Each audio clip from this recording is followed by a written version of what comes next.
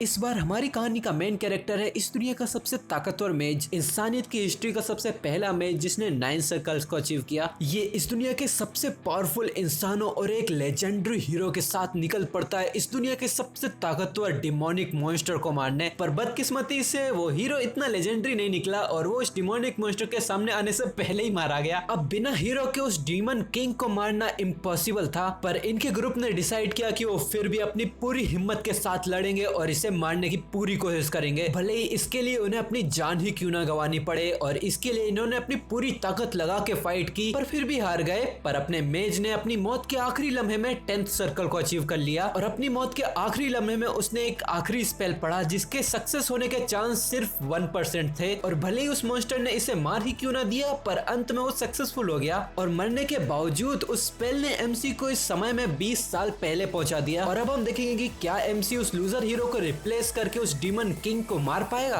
तो ये जानने के लिए तो तुम्हें इस कहानी को शुरुआत से देखना पड़ेगा। कहानी की शुरुआत होती है और एक बंजर जमीन में आसमान में एक ब्लडी मून, उप्स ब्लडी सन उग रहा है। ओ पहली बार देखा है ना ब्लडी सन। उसी के नीचे एक बंजर जमीन में एक मैसिव मॉन्स्टर तबाही मचा रहा है और हमारा सीन एक ऐसे पर्सन के हाथ पे आता है जिसने पहले ही दम तोड़ दिया है। जैसा कि हम सब देख ही पा रहे हैं, इसकी मौत जरूर इसकी छाती में घुसे इसी स्पीयर के कारण हुई है। ये देख के हमारा ये जादूगर बहुत ज्यादा सदमे में पहुंच गया है और वो सोचता है कि ये कोई नॉर्मल वॉरियर नहीं था, उसके पास असीमित शक्ति थी और वो एक ऐसा हीरो था जिसे डीमन गॉड्स तक को मारने की शक्ति मिली थी। फिर भी वो मारा गया। चारों तरफ मातम का माहौल था। तभी ये प्रीस्टेस बोलती है कि डीमन गॉड का स्पीयर इसके दिल को छेद चुका है, हमने इसे रिवाइव करने के लिए अपने सारे स्पेल्स का यूज कर लिया, तो अब हमारे पास इसे रिवाइव करने का कोई और जरिया नहीं है। मेरे ख्याल से यही अंत है। ये सुन के ये जादूगर भी अपना सर पीटते हुए कहता है ये मेरी ही गलती है जो मैंने इस डिक हेड को लीडर बनने दिया। एक आर्चर इसी जादूगर से कहती है माइकल क्या हमारे पास और कोई रास्ता नहीं है। ये सुन के एक बीस्ट जैसा हट्टा कट्टा इंसान फ्रस्ट्रेशन में कहता है हाँ माइकल तुम एक 9th सर्कल के आर्च मेज हो, क्या तुमने कुछ भी प्रिपेयर नहीं किया।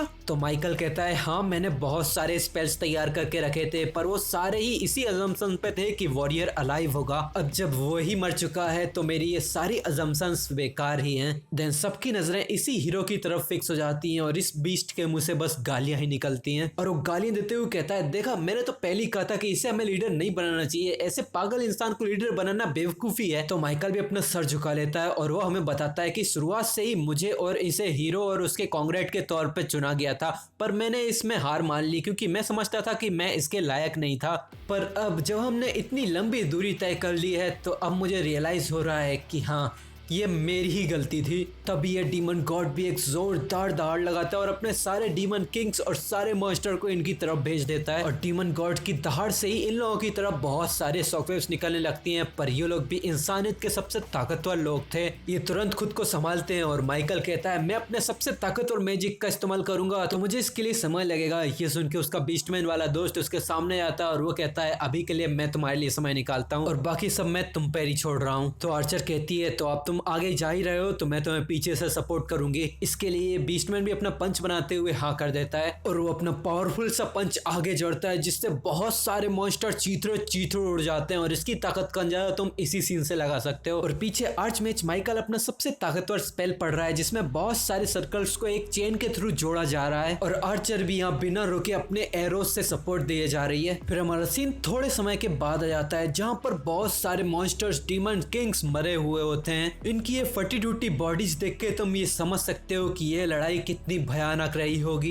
यहाँ लड़ते लड़ते इस लड़की के भी पैर कांप रहे हैं और इतनी बुरी तरह से घायल होने के बावजूद ये लड़की जंग का मैदान छोड़ने के लिए तैयार नहीं है। दूसरी तरफ यहाँ बहुत सारे मॉन्स्टर किसी का हाथ खा रहे हैं, पर ये पर्सन अब भी जिंदा है और वो कहता है इनका तो अंत ही नहीं है। पर तभी इसके ऊपर किसी की शैडो पड़ती है और वो है डीमन गॉड खुद, क्योंकि अब ये इस लड़ाई से बोर हो गया है और यहाँ ये वॉरियर भी इस डीमन गॉड को गालियां देता है। इससे तो ये एक ही पंजे में इसे मसल देता है। इसको मरता देख कोई जल्दी में आगे भागते हुए आता है और हमें दिखाते हैं ये वही आर्चर है। ये भी अपने सबसे ताकतवर हमले को तैयार करती है। इसे तैयार करते हुए वो पीछे मुड़ के माइकल से कहती है अब सब कुछ तुम्हारे ऊपर है और वो अपना सबसे ताकतवर एरो इस मॉन्स्टर पर शूट कर देती है। इसे डिफेंड करने के लिए वो मॉन्स्टर अपने हाथ को आगे करता है, पर वो एरो उससे टकरा के सीधे उसकी गर्दन की तरफ बढ़ता है, पर वो एरो ज्यादा कुछ नहीं कर पाता। हालांकि इस एरो ने उसकी गर्दन पे एक अच्छा खासा घाव तो बनाया था, पर इतना काफी नहीं था।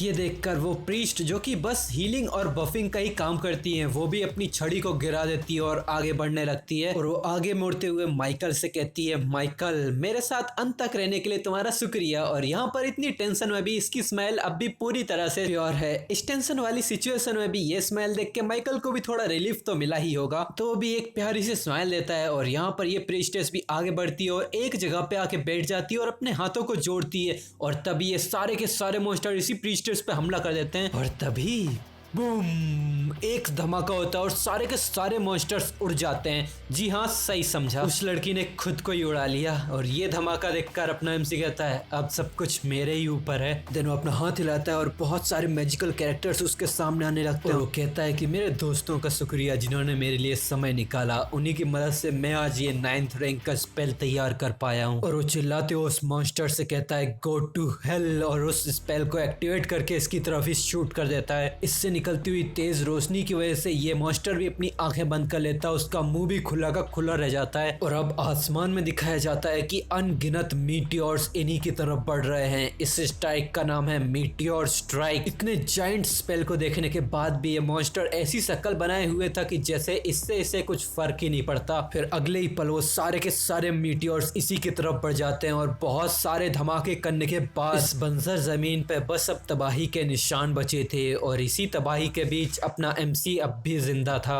और इतने जाइंट स्पेल को कास्ट करने की वजह से वो बहुत ज्यादा थक गया था। वो बहुत जोर से हांफने लगता है, पर यहाँ हुई इस तबाही का कारण अब भी जिंदा था। इस हमले के बावजूद उसे कुछ खास डैमेज नहीं हुआ था और वो माइकल को देखकर बस हंसे जा रहा था। यहाँ माइकल सोचता है, बिल्कुल, मुझे तो ऐसा कभी लगा ही नहीं था कि ऐसा भी कुछ हो सकता है। यहाँ मेरे मैजिक से इस सिचुएशन को बदलना इम्पॉसिबल है, क्योंकि मैं कोई हीरो भी नहीं हूँ। पर अगर मैं ऐसे मर गया तो मुझे अपने कांग्रेस से मिलने में भी शर्म आएगी। देन वो पूरे कॉन्फिडेंस के साथ आगे बढ़ता है और सोचता है कि मैंने कभी सोचा भी नहीं था कि मुझे अपनी जिंदगी का सब कुछ यहाँ दाव पे लगाना पड़ेगा। देन वो अपना हाथ आगे बढ़ाता है और वो कहता है, भले ही मैं एक 9th सर्कल का आर्चमेज हूँ, पर मेरे पास भी इतनी ताकत नहीं है जिससे मैं इस दुनिया के कॉमन सेंस को ही बदल सकूं। पर 10th सर्कल का मैजिक अलग ही होता है। अगर मैं दूसरा रास्ता चुनता हूँ तो जरूर मैं ये कर पाऊंगा, भले ही इसे इम्पॉसिबल ही क्यों ना कहा जाता हो, पर ये भी पॉसिबल है। मैं खुद अपने सारे सर्कल्स को तोड़ दूंगा और अपने अंदर जो कुछ भी है वो सब बाहर निकालूंगा।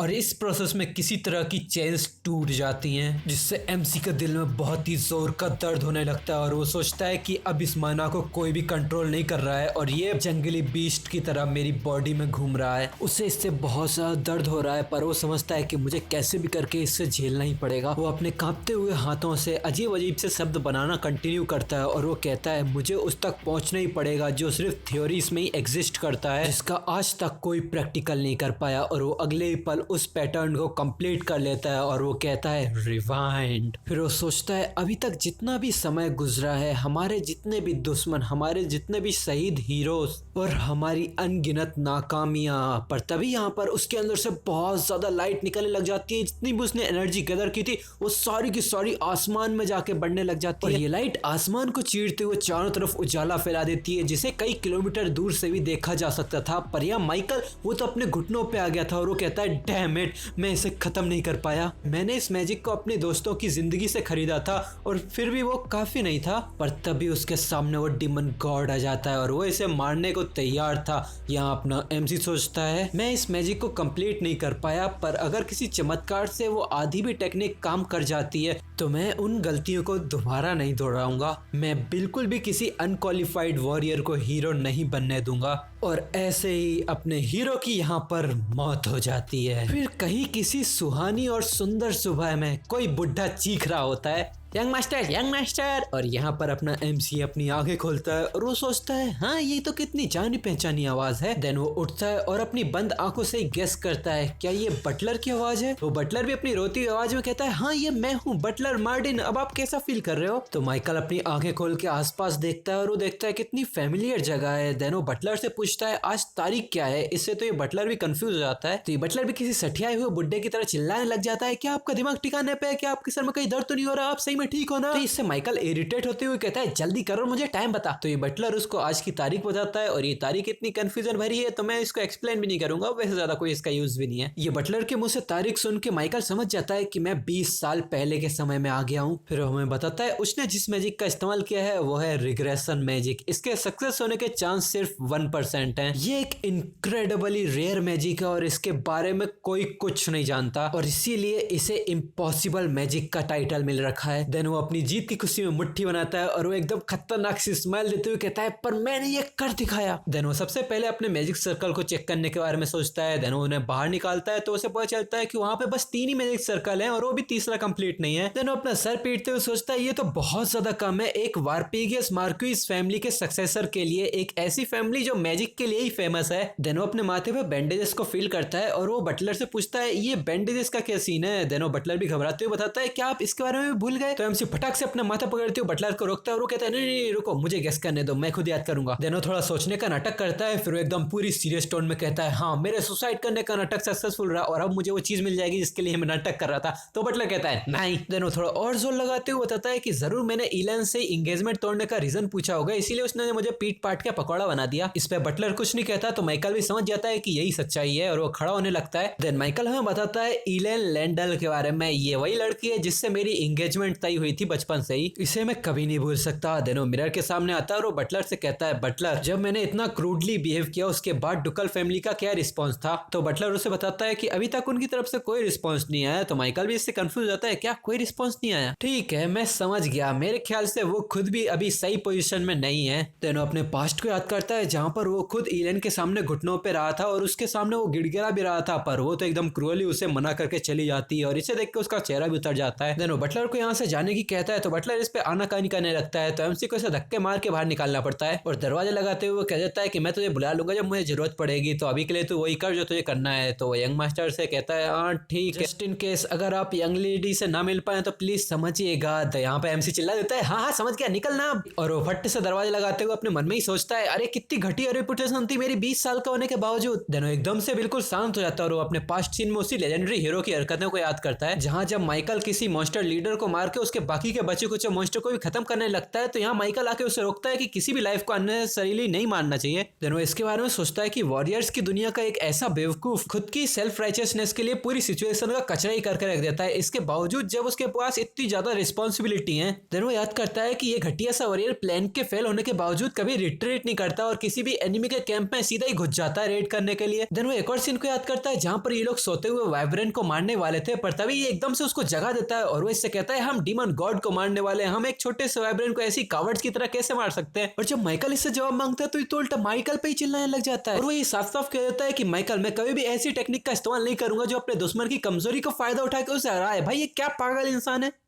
इसके बाद अपना माइकल सोचता है कि मैं ये सोच रहा हूँ कि उसकी दया की वजह से कितनी टेरिटरीज गिरी होंगी, मैं ये सेम मिस्टेक दोबारा नहीं करूंगा। फिर हमारा सीन यहाँ माइकल के फादर पे आता है और वो किसी से कहता है क्या वो चूहा उठ गया। तो उसके सामने खड़ा बटलर कहता है हाँ वो उठ गए हैं। तो उसका फादर गुस्से में पूछता है बता उसने उठने के बाद क्या बोला, क्या वो उसी घटिया से प्रिंसेस से फिर से मिलना चाहता है, अगर उसने ऐसा किया होगा तो इस बार मैं खुद उसे पीट पाट के सुला दूंगा। तो इस पे बटलर थोड़ा हिचकिचाने लगता है और वो इधर उधर देखने लगता है। ये देख के उसका फादर चिल्लाता है तू बोल क्यों नहीं रहा है गधे कहीं के, बोल। तो बटलर अब कहता है सच बताऊं तो मेरे पास कहने के लिए अब शब्द ही नहीं है, अगर वहां जैसा आप सोच रहे हैं वैसा ही हुआ होता तो मैं तो वैसा का वैसा ही आपको बता देता। तो उसका फादर भी कंफ्यूजन में पूछता है हाँ तो वहां पर क्या हुआ बता ना। तो बटलर इस टाइम पे माइकल को याद करता है और वो कहता है हाँ पर उस टाइम पे मैंने देखा कि वहां पर उनकी आंखों में गुस्सा भरा हुआ था। फिर हमारा सीन रियल माइकल पे आ जाता है और वो अपने सर्कल्स को चेक करते हुए सोचता है कि अब से मुझे खुद को तैयार करना पड़ेगा उस आखिरी लड़ाई के लिए। और इन्हीं 3 में से एक सर्कल के पास हाथ रखता है और वो कहता है मुझे इन सर्कल्स के फ्लो को खुद से करेक्ट करना पड़ेगा जो अपोजिट डायरेक्शन में फैल रहे हैं, ये स्टेबलाइज्ड नहीं है, इसकी वजह से मुझे फ्यूचर में बहुत ज्यादा कठिनाइयां झेलनी पड़ी थी। देन माइकल मेडिटेशन के ऐसे पोज में बैठ जाता है और वो हमें बताता है कि माना यूजुअली एक ही डायरेक्शन में फ्लो करता है। यहाँ डायरेक्शन बहुत इंपॉर्टेंट होती है क्योंकि ये माना का नेचर डिसाइड करता है। अभी के टाइम पे जो माना की बेस्ट डायरेक्शन खोजी गई है वो है क्लॉकवाइज। ये माना तुम्हारी बॉडी में उसी डायरेक्शन में फ्लो करेगा जहां पर तुम इसे सर्कुलेट करोगे। पहले अपने हार्ट में माना को गैदर करो करो और फिर उसके सर्कल बनाओ,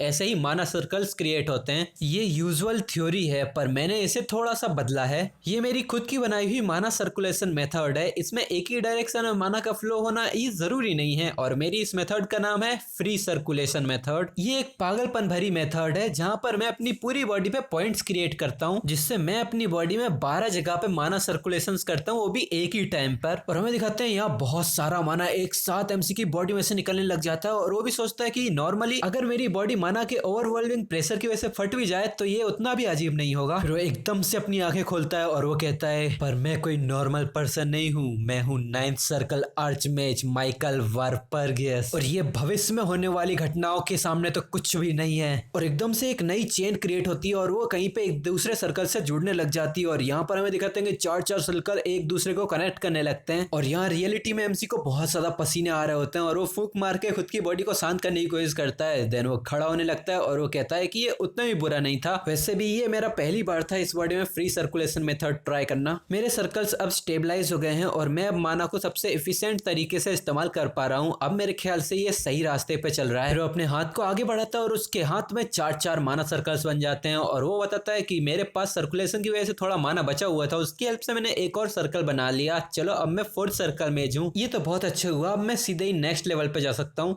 देन वो किसी तरह के सर्कल्स को बनाता है और वो कहता है आइस स्पीयर फायर लेंस और इसके हाथों से 2 आइस और फायर की एबिलिटीज बाहर निकलने लग जाती हैं और ये दोनों रेस को अपना एमसी आसानी से कंट्रोल भी कर पा रहा होता है। फिर वो बताता है कि ये मल्टीकास्टिंग एक ऐसा एडवांस मैजिक है जो किसी सर्टेन लेवल पे पहुंचने के बाद ही यूज किया जा सकता है। फिर वो खुद से ही सवाल पूछता है कि क्या मैं अभी बस सिर्फ डबल कास्टिंग ही कर सकता हूँ। फिर वो खुद के ही सवाल का जवाब देते हुए कहता है कि किसी 4th सर्कल के मैच के लिए डबल कास्टिंग भी पॉसिबल नहीं है, वो तो ये मैं हूँ इसीलिए मैं ही कर पा रहा हूँ। मेरी फ्री सर्कुलेशन मेथड के कारण मैं इसको अच्छे से कंट्रोल भी कर पा रहा हूँ, नहीं तो मेरे हाथ में ये फट जाते। देन वो इन दोनों को गायब करते हुए सोचता है कि जब मैं 9th सर्कल का मैच था तब तो मैं अलग अलग तरीके के मैजिक्स को आसानी से कंट्रोल कर पाता था, पर अभी के लिए मेरा ये माना भी काफी नहीं है, मैं इससे भी ज्यादा टाइम के लिए नहीं कर सकता। चलो अभी के लिए इतना ही काफी होना चाहिए। देन वो कहता है अभी के लिए मैंने अपना सबसे अर्जेंट मैटर तो रिजॉल्व कर लिया, तो अब मुझे क्या करना चाहिए। तो ये पीछे से एक दरवाजा खुलता है और जैसे ठंडी में रोज सुबह तुम्हारे पापा तुम्हें उठाने के लिए आते हैं, वैसे ही इसके पापा आते हैं और इसका नाम चिल्लाते हैं माइकल, तुझे पता भी है कि तूने क्या किया है। ये देख के तो माइकल भी अपना सर पकड़ लेता है और वो कहता है ये फिर शुरू हो गया। देन वो फादर से कहता है हाँ पता है। तो उसका फादर जोर से चिल्लाता है हाँ तुझे तो कुछ भी पता भी नहीं होगा, तुझे पता है। देन वो खुद कंफ्यूजन में कहता है हाँ तूने क्या बोला अभी। तो माइकल यहाँ बिना डरे कहता है हाँ मुझे पता है कि मैंने अपनी फैमिली की इज्जत मिट्टी में मिला दी, आपको ये मुझे बताने की जरूरत नहीं है। ये देख के तो उसके फादर भी चुप रह जाते हैं। ये सुन के तो उसके फादर के सर पे जैसे भूत सवार हो गया होगा और वो कहता है मेरे ख्याल से तुझे पता है कि मुझे तेरा पिछवाड़ा तोड़ने में कितना मजा आता है। तो अब ये सुन के तो यहाँ माइकल भी घबराते हुए कहता है अरे नहीं मुझे ये नहीं पता। अपने फादर का ये रूप देख के 9th सर्कल आर्चमेज माइकल की भी फट जाती है और वो भी इससे कहता है कि एक मिनट शांत हो जाओ, मुझे पता है कि मैंने ऐसा क्यों किया, क्योंकि मेरे पास एक प्लान है। ये सुनकर उसके फादर भी थोड़ी देर के लिए शांत होते हैं और वो पूछते हैं बता क्या प्लान है। तो माइकल कहता है कि सच होता हूँ तो मुझे नहीं लगता कि डुगडुम का ऐसे ही एंगेजमेंट तोड़ने का रिक्वेस्ट करना ये सही है। तो उसका फादर भी खुद को शांत करता है और एक सांस भरते हुए कहता है हाँ उन लोगों का रिएक्शन तो सच में थोड़ा सेल्फ राइचियस था, तो अब ये थोड़ा इंटरेस्टिंग लग रहा है, ठीक है तो बताते रहो। देन वो बढ़िया चेयर पे आराम से बैठ जाता है और वो कहता है अभी जो तुमने बोला उसके हिसाब से देखा जाए तो जरूर तुम्हें कुछ तो पता होना चाहिए। तो माइकल भी एक स्माइल देता है और वो कहता है हाँ मुझे पता है। फिर माइकल खुद के बारे में हमें बताता है कि मैं माइकल वारपेगियस 23 साल की उम्र के बाद बिल्कुल ही बदल गया था और ये सब हुआ था इलेन लेंडल की वजह से। 23 साल से पहले मैं इसके पीछे बिल्कुल ही पागल ही था। बेसिकली अभी मैं इन लोगों की नजरों में बहुत ज्यादा पैथेटिक हूँ, इनकी नजरों में मैं एक कमजोर और एक अनबिलीफ वाला एंड अनरिलायबल पर्सन हूँ और मेरे अंदर कोई मर्दानगी है ही नहीं। ये बिल्कुल वैसे ही पर्सन है जिससे इलेन नफरत करती है, इसीलिए ये इतनी भी अजीब बात नहीं है कि उसने हमारी एंगेजमेंट को खुद ही तोड़ दिया। और वो अपने पास्ट सीन को याद करता है जहाँ पर अपने घुटनों पर होने के बावजूद ये तो बस उसको डिस्कस्टिंग कीड़े की तरह देखती है और वो पलट जाती है और वो कहती है मुझे ऐसे मर्द बिल्कुल पसंद नहीं जिनके अंदर मर्दानगी का एक कण भी ना है। देन हमारा सीन वापस से बाप बेटे पे जाता है और यहाँ पर माइकल इसे बताता है फादर क्या आप उन कंडीशंस को एक बार दोहरा सकते हैं जो आपने एंगेजमेंट लेंडल डुगडुम से जुड़वाई थी। तो उसका फादर बताता है कि लड़की कोई भी माइनर ट्रेनिंग नहीं करेगी वरना कोई भी सक्सेसर जो पैदा होगा उससे वो प्योर नहीं होगा। तो एमसी भी एक स्माइल देते हुए कहता है हाँ एकदम सही। देन हमें बताता है कि एक फैमिली के लिए उसका सक्सेसर बहुत ज्यादा इंपॉर्टेंट होता है, स्पेशली तब जब कोई नाइट या फिर कोई मेज का बच्चा हो, उसके लिए ब्लड लाइन बहुत ज्यादा जरूरी होती है। देन यहाँ एमसी कहता है यहाँ इंपॉर्टेंट चीज ये है कि क्या होगा कि अगर एलन ने इस प्रॉमिस को पहले ही ब्रेक कर दिया हो। ये सुन के तो उसके फादर का चेहरे के रिएक्शन ही बदल जाता है, जिसे एमसी भी नोटिस कर लेता है। और यहाँ पर अपना एमसी कहता है ये सच है, उस टाइम पे मैं एंगेजमेंट तोड़ने के लिए वहां पर प्रोटेस्ट ही करने गया था, पर मैंने उस समय एलन के अंदर से कुछ बहुत ही खतरनाक फील किया। तो उसका फादर कहता है मतलब तुम कह रहे हो कि वो हमें बेवकूफ बना रहे हैं? तो एमसी कहता है हाँ ये एकदम सही, जब तक हमने एंगेजमेंट शुरू की थी उससे पहले ही उसने अपने लिए एक सुटेबल ट्रेनिंग मेथड चुन ली थी और वो सीखने भी लग गई थी क्योंकि वो एक नाइट बनना चाहती है। ये सुन के तो उसका फादर भी बहुत हैरान हो गया था और वो इससे पूछता है क्या तू सच कह रहा है? तो एमसी भी कहता है हाँ। पर माइकल मन में सोचता है ये कहानी तो मैंने अभी भी बनाई है, पर वो लड़की सच में नाइट बनने के लिए और ट्रेनिंग कर रही है। पर उसका फादर कहता है ये तो कितनी अजीब बात है कि मैं जो 8 सर्कल का मेज हूँ मैं ही उसके अंदर से कुछ फील नहीं कर पाया, फिर तुमने कैसे कर लिया? तुझे भी पता है ना कि ये कितना अजीब साउंड कर रहा है। तो इसके जवाब में माइकल बताता है कुछ समय पहले, भले ही इसमें थोड़ा सा समय हो गया है, पर मैंने चेक किया था कि उसकी बॉडी को उसने माना से ट्रेन किया है और इसमें बिल्कुल भी झूठ नहीं है। पर वो मन में सोच रहा था अरे ये तो कितना झूठ है यार। और वो फादर से कहता है कि उसने जिस माना से खुद की बॉडी को ट्रेन किया है वो बहुत ज्यादा अनस्टेबल है और यहाँ आपके जैसा 8 सर्कल का मेज भी डिटेक्ट नहीं कर पाया, तो इसके लिए तो सिर्फ उन्होंने एक ही ट्रिक का इस्तेमाल किया होगा। ये सुन के तो उसका फादर भी बहुत हैरान हो जाता है और वो कहता है डोंट टेल मी, क्या ये वो हो सकता है? तो एमसी भी एक स्माइल के साथ कहता है हाँ एंशिएंट मैजिक टूल। फिर हमारा सीन चेंज होकर एक बहुत ही सुंदर से पैलेस में आता है जहां पर कोई तो भागते भागते अपनी तलवार को स्विंग कर रहा है और हम यहाँ देख पाते हैं ये है इलेन और इसकी मूवमेंट देख के पता नहीं लग रहा कि ये कोई न्यूबी है, ये जरूर बहुत ही अच्छी तलवारबाज है। और हमें दिखाते कि इसने इसके सामने वाले स्केयरक्रो में इतने कट लगाए कि वो एकदम परफेक्टली टूट चुका है और ये साबित करता है कि उसका अपनी तलवार पे कितना अच्छा कंट्रोल है। दोनों अपने तलवार को सामने रखती है और अपने माना को स्टेबलाइज करती है। तभी पीछे से कोई इलेन को आवाज लगाता है तो इलेन कहती है हाँ फादर, और हमें पता चलता है ये है इलेन का फादर। और उसका फादर कहता है क्या उस दिन के बाद माइकल वर्पेंगर ने कुछ किया? तो वो लड़की कहती है हाँ कुछ नहीं किया, वो तो इडियट इतना बेवकूफ है, उसने तो कुछ नोटिस भी नहीं किया होगा। तो उसका फादर भी अपना माथा पकड़ते हुए कहता है हाँ मुझे भी यही लगा था, पर किसे पता कब क्या हो जाए। तो इलेन कहती है भले ही 2 दिन पहले वो यहीं पे ही था, पर वो उसने ऐसे भी कोई साइन नहीं दिखाया जैसे कि उसे कुछ पता हो। और दिन पहले तो वो अपनी नजरें झुका लेती है, फिर एकदम से अपने फादर की तरफ देखती है और वो कहती है आपको ऐसा तो नहीं लगता ना कि वो मेरा पार्टनर बन सकता है ना? तो उसका फादर भी कहता है वेल हाँ, पर अगर माइकल के फादर को इसके बारे में पता चल गया तो ये सिचुएशन जरूर बहुत कॉम्प्लिकेटेड हो जाएगी। और यहाँ उसका फादर मन में कहता है हाँ भले ही ये फेमस मैजिकल फैमिली वालपेरियस ही क्यों ना हो। देन अपनी बेटी की तरफ देखते हुए बताता है कि उनके लिए भी ये मैजिकल टूल का पता लगाना इम्पॉसिबल होगा। देन अपनी बेटी की तारीफ करने लगता है और वो कहता है कि तुम अपनी स्वॉर्ड में ऑरा को इन्फ्यूज करना सीख गई हो। तो उसकी लड़की भी कहती है हाँ भले ही मैंने अभी ये शुरुआत ही की है, पर मुझे ऐसा बिल्कुल लगता है कि मैं इसे आराम से कर पाऊंगी। देन एलन का फादर मन में कहता है कि मेरी बेटी बहुत ज्यादा टैलेंटेड है, उसे मैं ऐसे ही पॉलिटिकल मैरिज में उसका टैलेंट बर्बाद नहीं कर सकता। तो एलन अपने फादर से पूछती है वो मुझे बताओ कि कुछ दिनों पहले जब एक मैरिज का प्रपोजल आया था पार्सलोप कंट्री से, उसका क्या हुआ? तो उसका फादर उसे बताता है कि लियोन पार्सलोप अपनी फैमिली के कुछ लोगों के साथ यहाँ पर आने वाला है। देन हमें बताया जाता है कि लियोन पार्सलोप ये एक कंट्री का खुद का अकेला सक्सेसर है, ये एक स्वॉर्ड जीनियस है जिसे अगला स्वॉर्ड सेंट भी कहा जाता है। देन एलन जब ये सुनती है कि लियोन पार्सलोप यहाँ पर आने वाला है तो वो कहती है कि ये तो अच्छा हुआ। देन वो एक स्माइल देते हुए कहती है कि लियोन पार्सलोप वो तो अनलिमिटेड टाइम बेहतर होगा उस इडियट माइकल से। अभी देखो कैसे माइकल इसके सपनों में पानी फेरेगा। देन एक गार्ड आके इन लोगों को बताता है कि कुछ बड़ी फैमिली के लोग आए हैं। तो एलन का फादर कहता है लो पार्सलोप कंट्री के लोग यहाँ पर पहले ही आ गए। तो यहाँ पर गार्ड कहता है नहीं नहीं ऐसा नहीं है। इससे तो ये भी कंफ्यूज हो जाता है और ये इससे पूछता है क्या तो तुम किसकी बात कर रहे हो, हमें तो नहीं पता कि कोई यहाँ आने भी वाला था।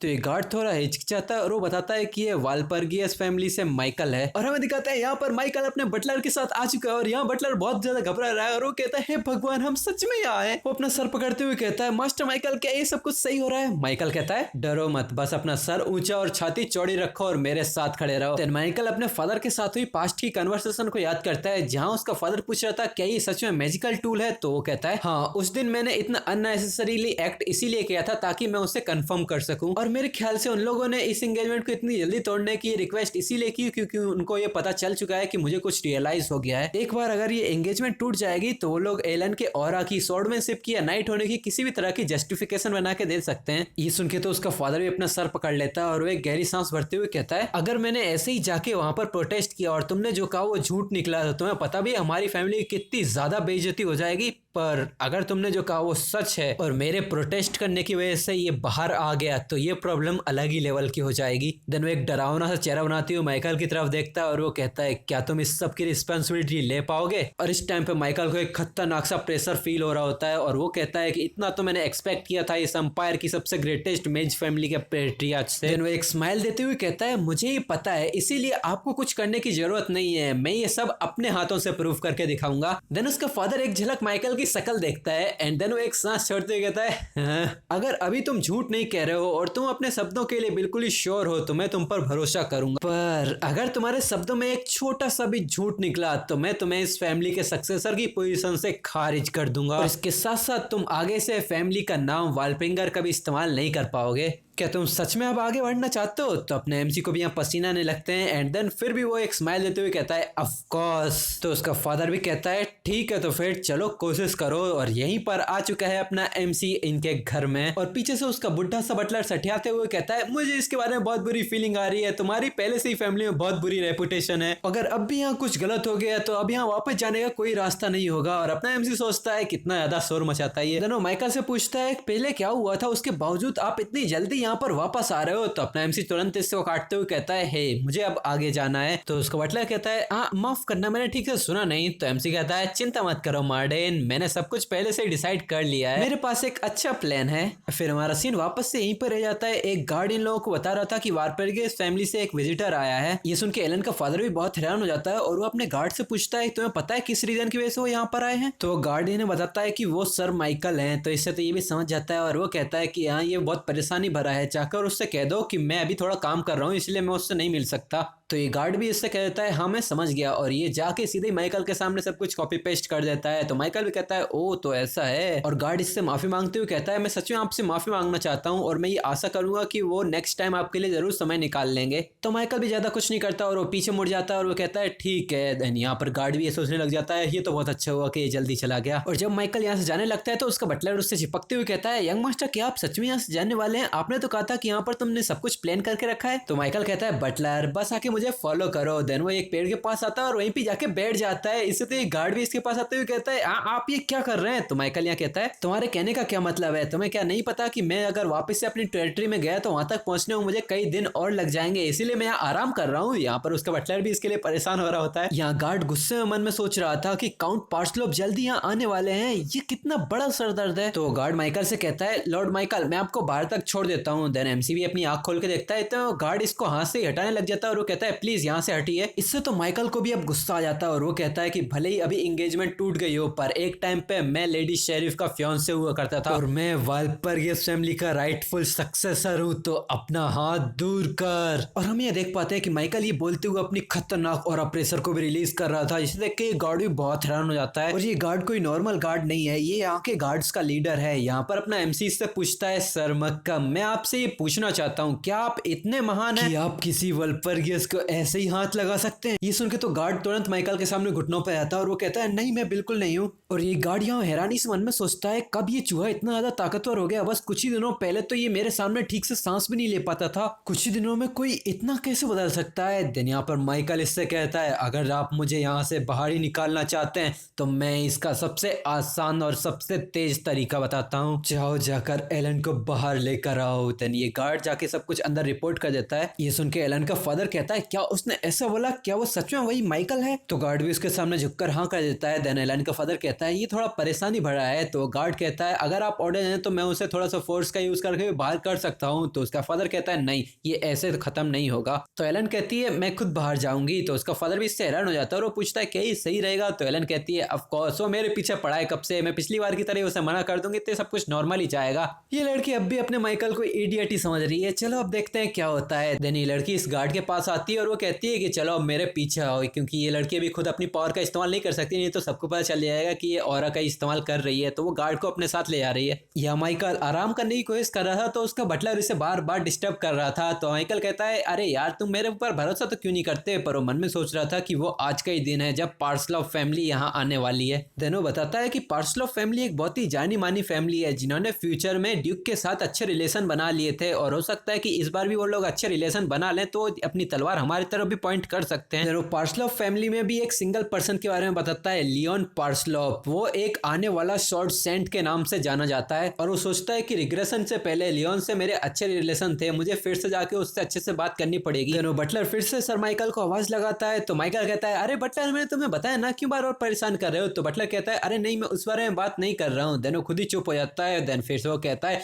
मैं ये देख रहा था कि क्या आप सच में मार्क्विस से छुपकर कोई ट्रेनिंग व्रेनिंग कर रहे हो? ये सुन के तो माइकल भी एक बार को अपनी नजरें झुका लेता है। देन वो इसकी तरफ अपनी निगाहें करते हुए कहता है, अब ये तुम एकदम से क्या बोलने लगे? और मैं तुम लोगों से बोलना चाहता हूँ, हाँ मैं थोड़ा जल्दी जल्दी में बोल रहा हूँ क्योंकि मेरा अभी टाइम बहुत ज्यादा हो गया भाई। मैंने 2-3 दिन हो गए मैंने वीडियो नहीं डाली और मुझे आज वीडियो अपलोड करनी है, तो मैं थोड़ी जल्दी जल्दी से बना रहा हूँ। तो तुम लोगों को नॉर्मल स्पीड में करना हो तो नॉर्मल स्पीड में देख लेना। देन वो बटलर याद करता है जब माइकल ने गुस्से में अपना ऑरा रिलीज किया था उस गार्ड के खिलाफ, और वो कहता है कि बस ये आपने थोड़ी टाइम के लिए किया था, पर मुझे याद है कि यंग मास्टर आपके ये जो ऑरा था, ये स्ट्रेंथ, मैं सीधा सीधा कहूंगा ये मुझे थर्ड सर्कल की तो नहीं लग रही है। भले ही मैं कोई मेज नहीं हूँ पर मैं भी मार्क्विस का मददगार हूँ, मुझे इतनी थोड़ी बहुत तो नॉलेज है पावर के बारे में। तो माइकल भी समझ जाता है कि इसकी सोच किस डायरेक्शन में जा रही है और वो इससे कहता है कि तुम ये सोच रहे हो कि मैंने कोई टबू एक्ट किया है अपनी पावर को बढ़ाने के लिए? तो ये बटलर भी बिना डरे कह देता है, हाँ ये सही है। तो माइकल भी समझ जाता है और वो उठ जाता है और अपने हाथ को आगे बढ़ाते हुए कहता है, तो फिर क्यों ना तुम खुद ही चेक कर लो। तो बटलर भी इसके लिए हाँ कर देता है और वो अपनी आंखें बंद करके उसके नसों को सेंस करने लगता है और 2 मिनट तक बटलर ये देखता ही रह जाता है पर उससे कुछ नहीं मिलता और वो कहता है,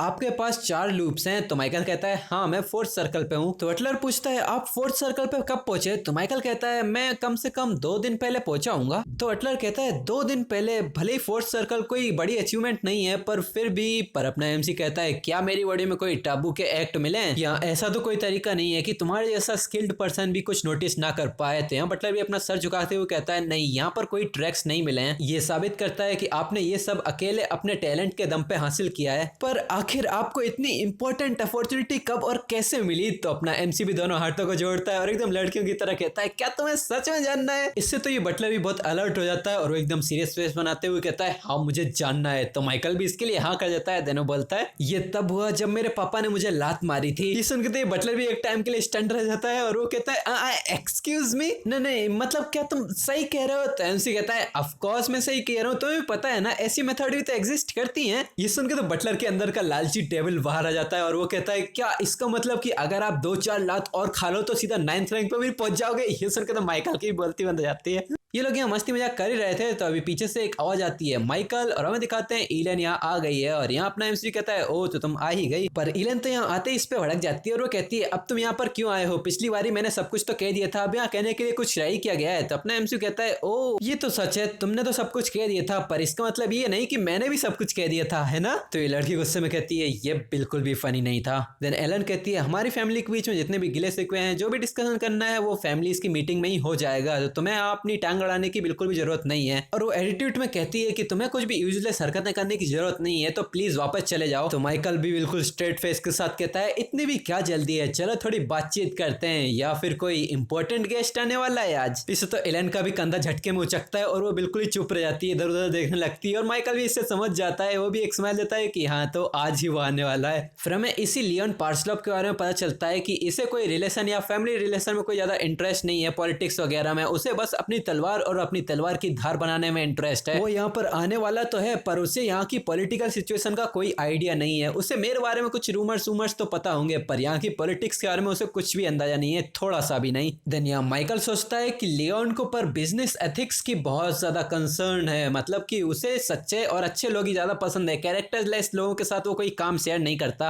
अगर उसे ये पता चल गया कि एक ऐसी लड़की जिससे उसकी एंगेजमेंट होने वाली है, उसने अपनी पिछली एंगेजमेंट को इसीलिए तोड़ा क्योंकि उसे एक अच्छा लड़का मिल गया, तो ये तो वो बिल्कुल भी टॉलरेट नहीं करेगा। तुम सही हो कि ये सील एक फॉर्मल एग्रीमेंट था पर फिर भी इसमें एक प्रॉमिस नहीं था क्या? क्या तुम्हें कोई एंगेजमेंट में प्रॉब्लम आ रही है? बोलो एलन क्या हुआ? तो यहाँ एलन की कहती है, नहीं यहाँ पर कोई भी प्रॉब्लम नहीं है। तो एमसी कहता है, क्या कोई नहीं? देन वो इसके और पास आते हुए कहता है, क्या तुम्हें सच में लगता है एलन? देन वो इसके और पास आते हुए इसके कान में कहता है, तो क्या मुझे ये लेंडल फैमिली की तरफ से एक फॉर्मल स्टेटमेंट समझना चाहिए? इस पे यहाँ गार्ड भड़क जाता है और वो माइकल को पीछे धकेलते हुए कहता है, अब तो कुछ ज्यादा ही आगे जा रहा है। देन वो गार्ड सीधे ही एमसी को एक पेड़ से लगा लेता है और वो इससे कहता है, भले ही तुम वालपर्गियस की सक्सेसर ही क्यों ना हो, तुम्हारा ऐसा रूड बिहेवियर अनदेखा नहीं किया जाएगा। तो ये माइकल एलन से कहता है एलन, देन वो एक साइकोपैथिक स्माइल के साथ कहता है क्या बस लेंडल के नाइट्स इतना ही कर सकते हैं? ये पूरे टाइम से इतना गलत बिहेव कर रहा है और यहाँ अब तो ऐसा लग रहा है कि इसे इतना भी पता नहीं कि किस मैटर में अपनी टांग अड़ानी चाहिए और कहाँ नहीं अड़ानी चाहिए। तो एलन कहती है सर मैकम उसे जाने दीजिए। तो गार्ड कहता है क्या मत मिस ये,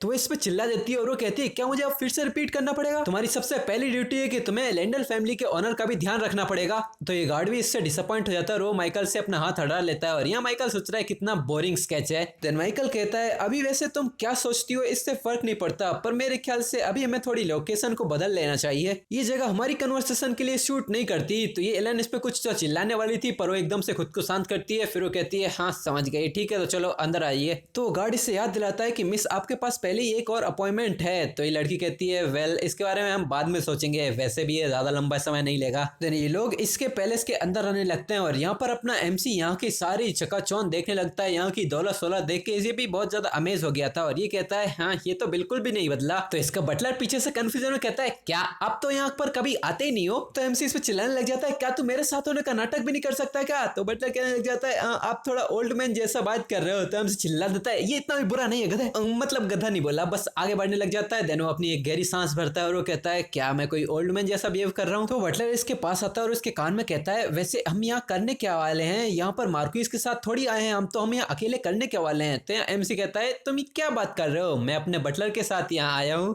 ये सुनकर तो एक बार को बटलर भी थोड़ा स्टन रह जाता है, फिर वो निराशा में कहता है मैं इतना भी कुछ नहीं हूँ। तो एमसी उसके कंधे पे हाथ रखता है और वो कहता है अपने बारे में इतना भी कुछ मत सोचो, तुम हमारे सबसे ट्रस्टवर्दी एलाय हो, अलाय का मतलब साथी। देन लड़की एक दरवाजा खोलती है और वो कहती है हम यहाँ आ चुके हैं, ये हमारा लिविंग रूम है। तो एमसी भी कहता है ठीक है, तो फिर तुम लोगों को भी देख के ऐसा लगता है कि तुम्हारे पास भी ज्यादा टाइम नहीं है, तो हम भी सीधा पॉइंट पर ही आएंगे, पर मैं 1-on-1 तुमसे बात करना चाहता हूँ। तो ये लड़की भी अपने गार्ड को कह देती है कि आप आउटसाइड ही रहना थोड़ी देर के लिए, और अपना एमसी भी बटलर को कहता है कि तुम थोड़ी देर के लिए बाहर आओ। तो बटलर भी हाँ कर देता है। देन दोनों ही अंदर जाते हैं और गेट को लगा देते हैं। देन लड़की भी अंदर आती है और एकदम स्वैग में एटीट्यूड दिखाते हुए बैठ जाती है और कहती है तो तुम क्या बात करना चाहते हो? देन माइकल भी एकदम चेयर में बैठते हुए कहता है कि तुमने झूठ बोला। तो ये लड़की कहती है तुम क्या बात कर रहे हो? माइकल कहता है हमारी फैमिलीज के बीच के प्रॉमिस के बारे में, एंगेजमेंट के दौरान माना ट्रेनिंग ना करने के बारे में, क्या तुम्हें ये याद है? इससे तो एक बार को एलन का हाथ भी कपकपा जाता है, पर वो बिना कोई संकोच दिखाए सीधे ही कह देती है मैंने तुमसे पहले ही कहा था कि मैंने कोई प्रॉमिस ब्रेक नहीं किया है, अगर तुम्हें कोई शंका है तो तुम खुद ही चेक क्यों नहीं कर लेते? और दूसरी तरफ अगर तुम पूरी दुनिया को ये बताते फिरोगे कि मैं तुम्हारी फियांसे थी तो ये मुझे थोड़ी अनकंफर्टेबल पोजीशन में डाल देगा।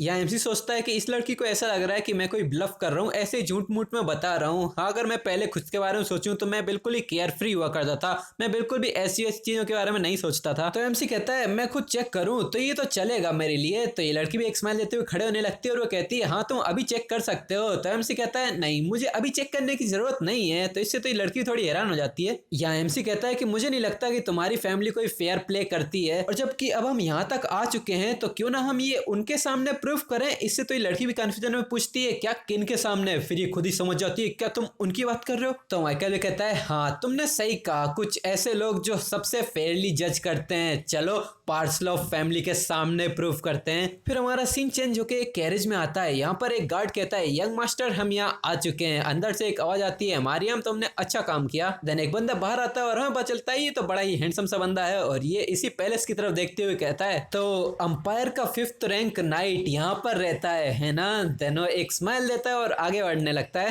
पर उसके बगल में खड़ा गार्ड कहता है मैं आपसे पहले ही रिमाइंड करता हूँ प्लीज काउंट की फैमिली से कोई पंगे मत लेना और उनकी फैमिली से फाइट वाइट तो बिल्कुल मत करना। तो ये कहता है अरे तुमको क्या लगता है मैं कौन हूँ? पर अगर मुझे थोड़ा चांस मिला तो इससे फर्क नहीं पड़ेगा, मैं एक बार फाइट तो ले ही सकता हूँ काउंट से। बंदे में दम तो है, सीधे ही काउंट से ही फाइट लेने का सोच रहा है। ये सुनकर तो इसका गार्ड बिना कुछ बोले सीधे इसको घूरने लग जाता है। ये देख के तो लियोन चिल्लाने लग जाता है फाइन फाइन मैं बस ये मजाक कर रहा था। देन वो अपने गार्ड से पूछता है वैसे ये यहाँ की प्रिंसेस इसने कुछ दिनों पहले ही अपनी एंगेजमेंट को तोड़वा ली ना? तो ये गार्ड भी हंसते हुए बताता है हाँ क्योंकि इसका आदमी वो वालपरगेस का फेमस सक्सेसर था। तो लियोन भी कहता है ओ बस यही रीजन था या फिर कुछ अदर भी रीजन है? मैंने उसके बारे में थोड़े और भी रूमर्स सुने हैं। तो ये गार्ड कहता है ऐसा तो कोई तरीका ही नहीं है, ये फेमस लेंडल फैमिली है, ये हमारे आर्मी कैवलरी की सेंटर है, और अगर इसमें कोई सस्पिशियस रीजन था भी तो इसका तो कोई तरीका ही नहीं है कि मार्क्विस इसके लिए बिल्कुल शांत बैठे होते। तो इसके लिए तो लियोन भी हाँ करता है और वो कहता है तो वालपरियस के सक्सेसर इतना लुल्लू पुच्चू था कि उसने अपनी एंगेजमेंट भी तोड़वा ली। उसके रूमर्स तो मैंने भी सुने हैं, पर वो वालपरियस फैमिली की ब्लड लाइन से आता है। तो उसका गार्ड कहता है ब्लड लाइन से इसका मतलब ये थोड़ी कि हर हेयर बिल्कुल ही अच्छा ही होगा। तो लियोन थोड़ा सोचते हुए कहता है पर मेरे सेंसेस ऐसा कह रहे हैं कि ये इतना भी सिंपल नहीं है। फिर हमारा सीन चेंज होकर अंदर यहीं पर ही आ जाता है। यहाँ पर इलेन कहती है क्या तुमने क्या बोला? तो माइकल कहता है क्या तुमने सुना नहीं मैंने क्या बोला? देन वो आगे बढ़ने लगता है और वो कहता है चूंकि काउंट पार्सलोप यहाँ पर खुद आ रहे हैं, ये तो बहुत ही अच्छी अपॉर्चुनिटी है, तुम्हें जो इनजस्टिस फील हो रहा है सीधे ही उनसे ही रिजॉल्व करवा लेते हैं ना। देन वो बिल्कुल इसकी आंखों में आंखें डालते हुए कहता है क्यों, क्या तुम्हें नर्वसनेस फील हो रही है? तो ये लड़की भी इससे बहुत हैरान हो जाती है, इसको भी पसीने आने लगते हैं, पर वो इसके ऊपर चिल्लाने लग जाती है तुम्हें ऐसा करने का कोई अधिकार नहीं है, तुम वालपरियस फैमिली के कोई रिप्रेजेंटेटिव नहीं हो। तो माइकल अपने कपड़ों में हाथ डाल के एक मेडल को निकालता है और वो कहता है पर मैं हूँ। ये देख के तो ये लड़की बहुत हैरान हो जाती है और वो खड़ी होते हुए कहती है क्या ये तो। ये देख के माइकल कहता है हाँ ये वालपरियस का एम्बलम है और जब तक ये मेरे पास है तब तक मैं वालपरियस फैमिली का ऑफिशियल रिप्रेजेंटेटिव हूँ।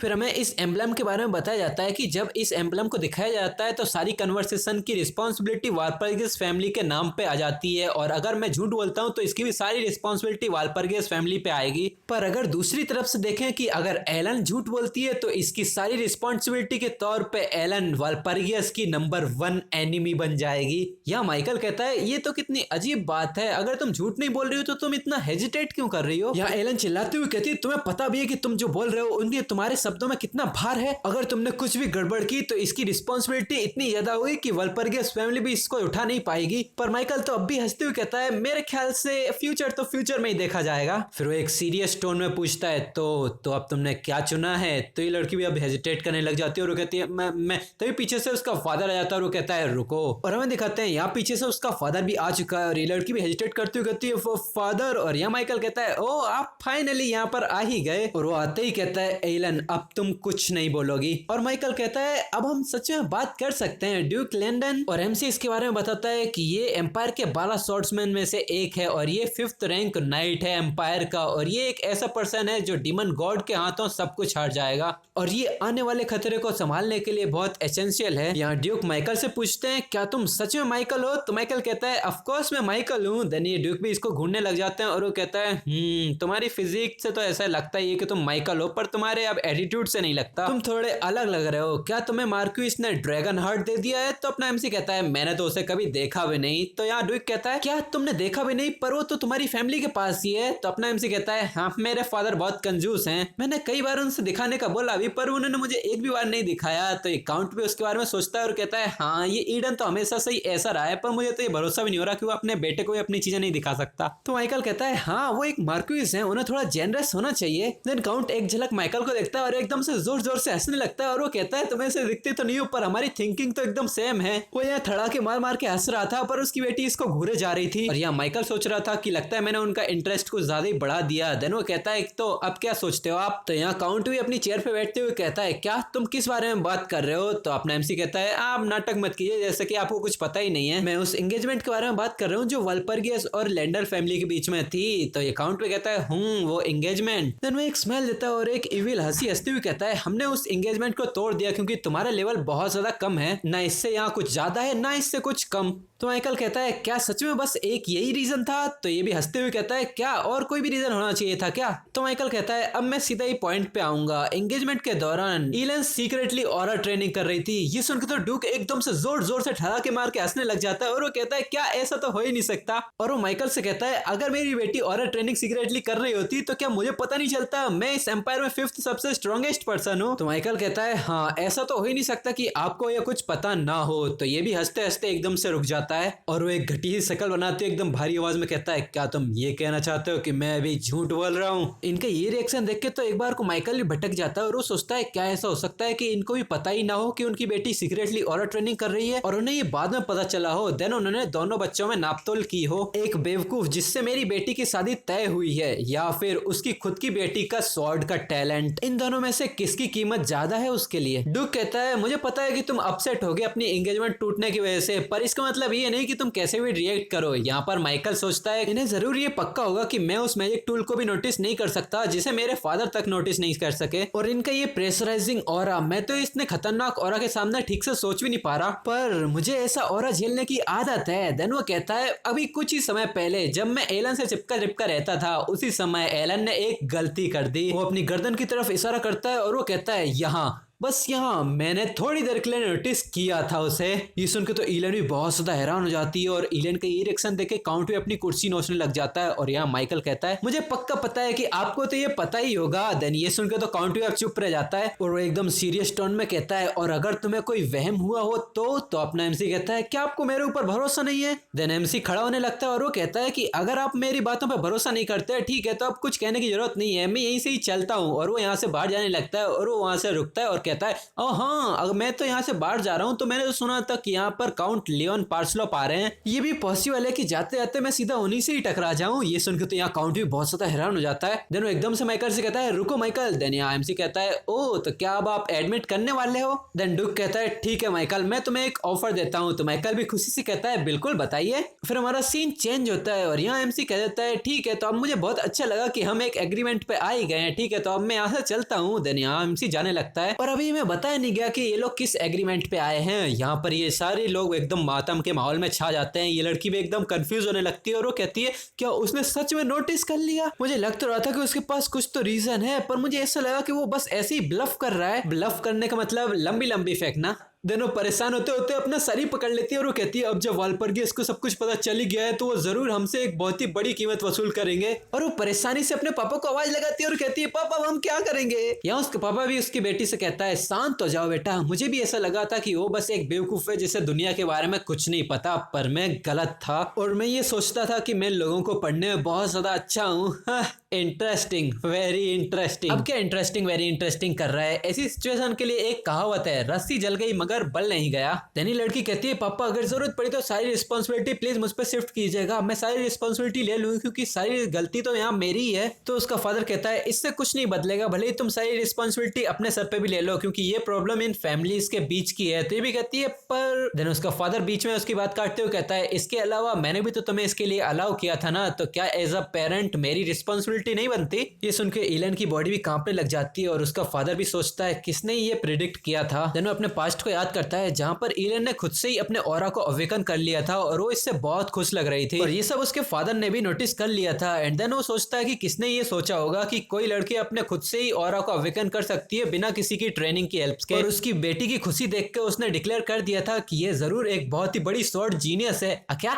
इस हंसी को देख के अबे ये साइकोपैथ नहीं लग रही तुम लोगों को। देन वो अपनी बेटी की कांपती हुई बॉडी की तरफ देखता है और वो कहता है मैं सिर्फ तुम्हारा टैलेंट ही नहीं बल्कि तुम्हें भी उस टाइम पे प्रोटेक्ट करना चाहता था। और वो कहता है क्योंकि ये एग्रीमेंट हमने तोड़ा है तो वालपर्गियस फैमिली इसी एग्रीमेंट के जैसा कोई कीमती चीज ही हमसे मांगेगी। देन यहाँ पर ये लड़की कहती है पर फादर, तो वो कहता है हाँ चलो सब ठीक है, वो हमसे कुछ अनरीजनेबल चीज के बारे में डिमांड नहीं कर रहे हैं क्योंकि ऐसा लगता है कि वो बच्चा हमारी फैमिली का डाउनफॉल नहीं देखना चाहता। ये सुन के इलन भी कंफ्यूजन में पूछती है क्या आप कहना क्या चाहते हो। तो उसका फादर कहता है मतलब कि तुम जितना सोचती हो वो बच्चा इतना भी बेवकूफ नहीं है। देन उसके सर पे हाथ फेरते हुए कहता है तुम अभी नहीं समझोगी, बस देखती जाओ, अब भी यहाँ बहुत कुछ है तुम्हें सीखने के लिए। फिर हमारा सीन बाहर आ जाता है। लियोन यहाँ पर आ चुका है अपने गार्ड्स के साथ और यहाँ लियोन कुछ नोटिस करता है। उसके सामने ही माइकल खड़ा है और वो कहता है कौन हो तुम और तुम मेरा रास्ता रोके क्यों खड़े हो। तो यहाँ पर अपना एमसी कहता है मैं माइकल वालपर्गियस हूँ। ये सुन के लियोन कहता है क्या कौन। तो एमसी रिपीट करता है माइकल वालपर्गियस। देन ये इसको घूरने लगता है और वो इसके पोस्चर को देखता है, देन वो इसकी स्मेल को देखता है और कहता है ये ऐसा लग तो नहीं रहा जैसा रूमर्स में है, क्या ये झूठ बोल रहा है। देन वो सीधे ही माइकल से कहता है क्या तुम ये एक्सप्लेन कर सकते हो कि क्या चल रहा है। मैं अगर ध्यान से रिमेम्बर करूं तो आज मैं यहाँ की प्रिंसेस से मिलने वाला था,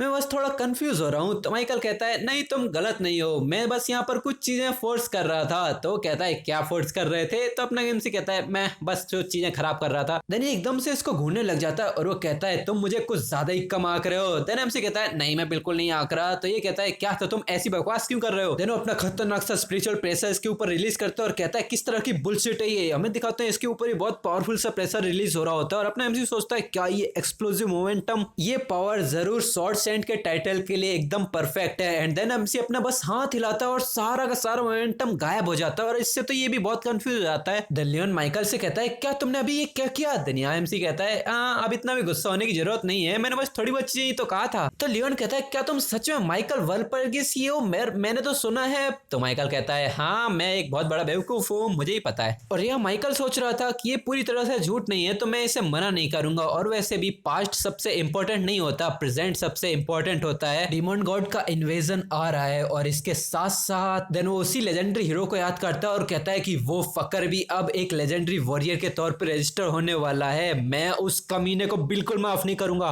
और इसकी वजह से यहाँ एमसी का मूड बिल्कुल ही बदल गया था, जिसे यहाँ लियोन भी नोटिस कर लेता है और वो बिल्कुल अलर्ट हो गया था। और यहाँ माइकल कहता है हाँ क्या हुआ, मेरे चेहरे पे कुछ गलत है क्या? तो लियोन कहता है तुम्हें देख के ऐसा लग रहा था कि जैसे तुम किसी को स्टैब करना चाहते हो। तो एमसी कहता है हाँ क्योंकि मैं सच में किसी को स्टैब करना चाहता हूँ। ये सुनकर तो लियोन भी चुप रह जाता है। देन माइकल कहता है अब शांत हो जाओ, मैं तुमसे कुछ बात करना चाहता हूँ। ये सुनकर तो यहाँ लियोन को भी पसीने छूटने लगते हैं और वो कहता है ठीक है बोलो। तो माइकल कहता है तुम यहाँ एलन के साथ अपनी एंगेजमेंट सेट करने के लिए आए थे ना?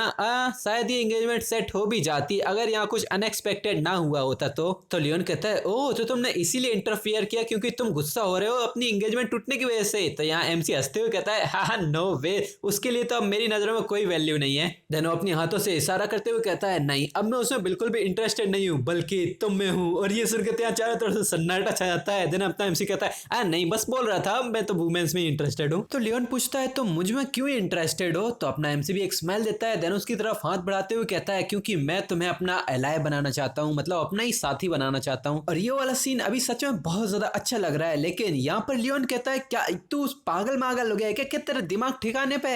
यहाँ माइकल अपने पास्ट लाइफ को याद करता है जहाँ पर लियोन एक तलवार के सहारे से माइकल को आवाज लगाता है और उसके बगल में ही एक मॉन्स्टर की डेड बॉडी पड़ी थी और उसने अकेले के दम पे ये सारे मॉन्स्टर्स को मार गिराया था। और यहाँ पर उसकी भी हालत बहुत ज्यादा बुरी लग रही थी और वो भी मरने की कगार पे है। पीछे से माइकल कहता है तुम मरने वाले हो, ये घाव हील नहीं हो सकते। तो यहाँ लियोन कहता है हाँ मुझे पता है, अगर मैंने ये ऑरा ट्रेनिंग 1 साल पहले सीख ली होती तो मैं इसे पहले मार देता। माइकल भी इसके पास आता है और नीचे शांति से देखने लगता है और वो नीचे डेड बॉडी को देखता है कि यहाँ पर इसने अकेले के दम पे डीमन गॉड की आर्मी के 3rd कमांडर को मार गिराया। इससे तो उस फकर से कंपेयर भी नहीं किया जा सकता क्योंकि उसने एक पूरी आर्मी की मदद ली बस आर्मी के 2nd कमांडर को हराने के लिए, उसमें भी उसकी 90% आर्मी खत्म हो गई। ये तो सच में बहुत ही इनक्रेडिबल अचीवमेंट है, पर अफसोस अब लियोन का साथ यहीं तक था। और यहाँ पर माइकल लियोन से पूछता है क्या तुम्हारे कुछ आखिरी शब्द हैं जो तुम अपनी जनरेशन को बताना चाहते हो? तो लियोन कहता है अब मुझे क्या ही कहना चाहिए, इससे अब कुछ फर्क ही नहीं पड़ता, एटलीस्ट मैं इस बंदे को तो अपने साथ ही ले जा रहा हूँ। तो माइकल इसके सर पे हाथ रखता है और कहता है हाँ अब तुम्हें कोई चिंता करने की जरूरत नहीं है। तो ये भी मरी मरी आवाज में कहता है हाँ अब मुझे नहीं करनी चाहिए।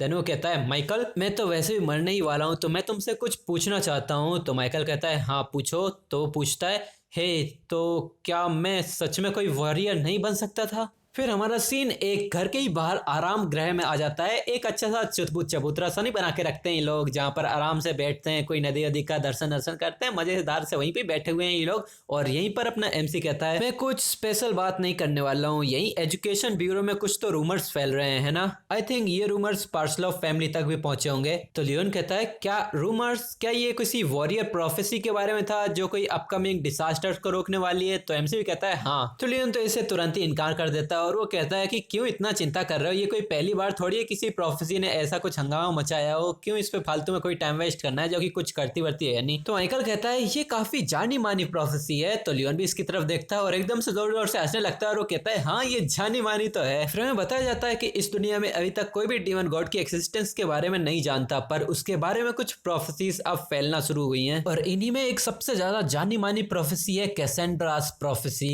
ये बाकी प्रोफेसीज की तरह नहीं है, ये पूरी दुनिया में फैल गई है। हाँ पर मेरे अलावा कोई इस पे भरोसा नहीं करता। यहाँ लियोन माइकल का मजाक उड़ाते हुए कहता है क्या वल्परगियस अब भी इस दुनिया में डीमन गॉड जैसी नॉनसेंस पे भी भरोसा करते हैं? तो माइकल कहता है अभी ये इम्पोर्टेंट नहीं है, यहाँ इम्पोर्टेंट ये है कि मैं चाहता हूँ कि तुम मेरा इसमें साथ दो। तो लियोन तो तुरंत ही इससे कहता है बकवास करना बंद करो, मुझे ऐसी बकचोदी में कोई इंटरेस्ट नहीं है। वो इसकी बातों को यूजलेस बता के यहाँ से जाने लगता है, पर तभी अपना एमसी कहता है मोलियर्स और ट्रेनिंग मेथड, जिससे तो ये भी एकदम के लिए स्टंट रह जाता है। तो लियोन माइकल माइकल से कहता है क्या क्या क्या बोला तूने? तो माइकल कहता है इवन जीनियस स्वॉर्ड मास्टर तुम्हारे जैसे सेंट भी हमेशा के लिए ग्रो नहीं कर सकते। तो लियोन भी एक टाइम के लिए आराम से बैठने लगता है और एमसी इसी ऑरर ट्रेनिंग मेथड्स के बारे में ही बताता है उसको कि ये कितनी ज्यादा इंपॉर्टेंट है और ये बहुत ज्यादा अच्छी ट्रेनिंग मेथड है। मोलिंगर्स ऑरर ट्रेनिंग मेथड ये एक टैलेंटेड इंडिविजुअल ने बनाई थी जो कि पूरी स्वॉर्डमैनशिप की हिस्ट्री में 5th रैंक पे आता था। तो लियोन गुस्से में कहता है हाँ तो इसके बारे में क्या? तो अपना एमसी स्माइल देते हुए कहता है अगर तुम मेरे प्रपोजल को एक्सेप्ट करते हो तो मैं मोलिंगर के द्वारा छोड़ी गई पूरी ऑरर ट्रेनिंग मेथड तुम्हें सिखा सकता हूँ। ये सुनकर लियोन टेबल पे एक जोरदार हाथ पटकता है और एकदम से खड़ा होते हुए इस पे चिल्लाने लग जाता है। वो कहता है क्या तुम क्या बकवास कर रहे हो? मोलिंगर बस एक छोटी सी बुक छोड़ के गया था और कुछ नहीं। और इवन वो एक बुक भी, तभी अपना एमसी इसकी बात को काटते हुए कहता है वो एक बुक भी इनकम्प्लीट थी। या माइकल हमें बताता है कि लियोन ने बस मोलिंगर की हाफ ऑरर ट्रेनिंग मेथड को ही सीखा है और मुझे ये ट्रेनिंग मेथड पूरी तरह से याद है। या माइकल लियोन से कहता है मुझे इसके बाकी की हाफ ट्रेनिंग मेथड के बारे में भी पता है, मैं तुमसे इसके अलावा और कुछ नहीं मांगने वाला हूँ और मुझे इससे भी कुछ फर्क नहीं पड़ता कि तुम ये एंगेजमेंट करते भी हो या नहीं, मैं बस तुमसे एक चीज मांगना चाहता हूँ। तो लियोन कहता है वो प्रोफेसी? तो लियोन भी कहता है हाँ, कैसेंड्रास प्रोफेसी।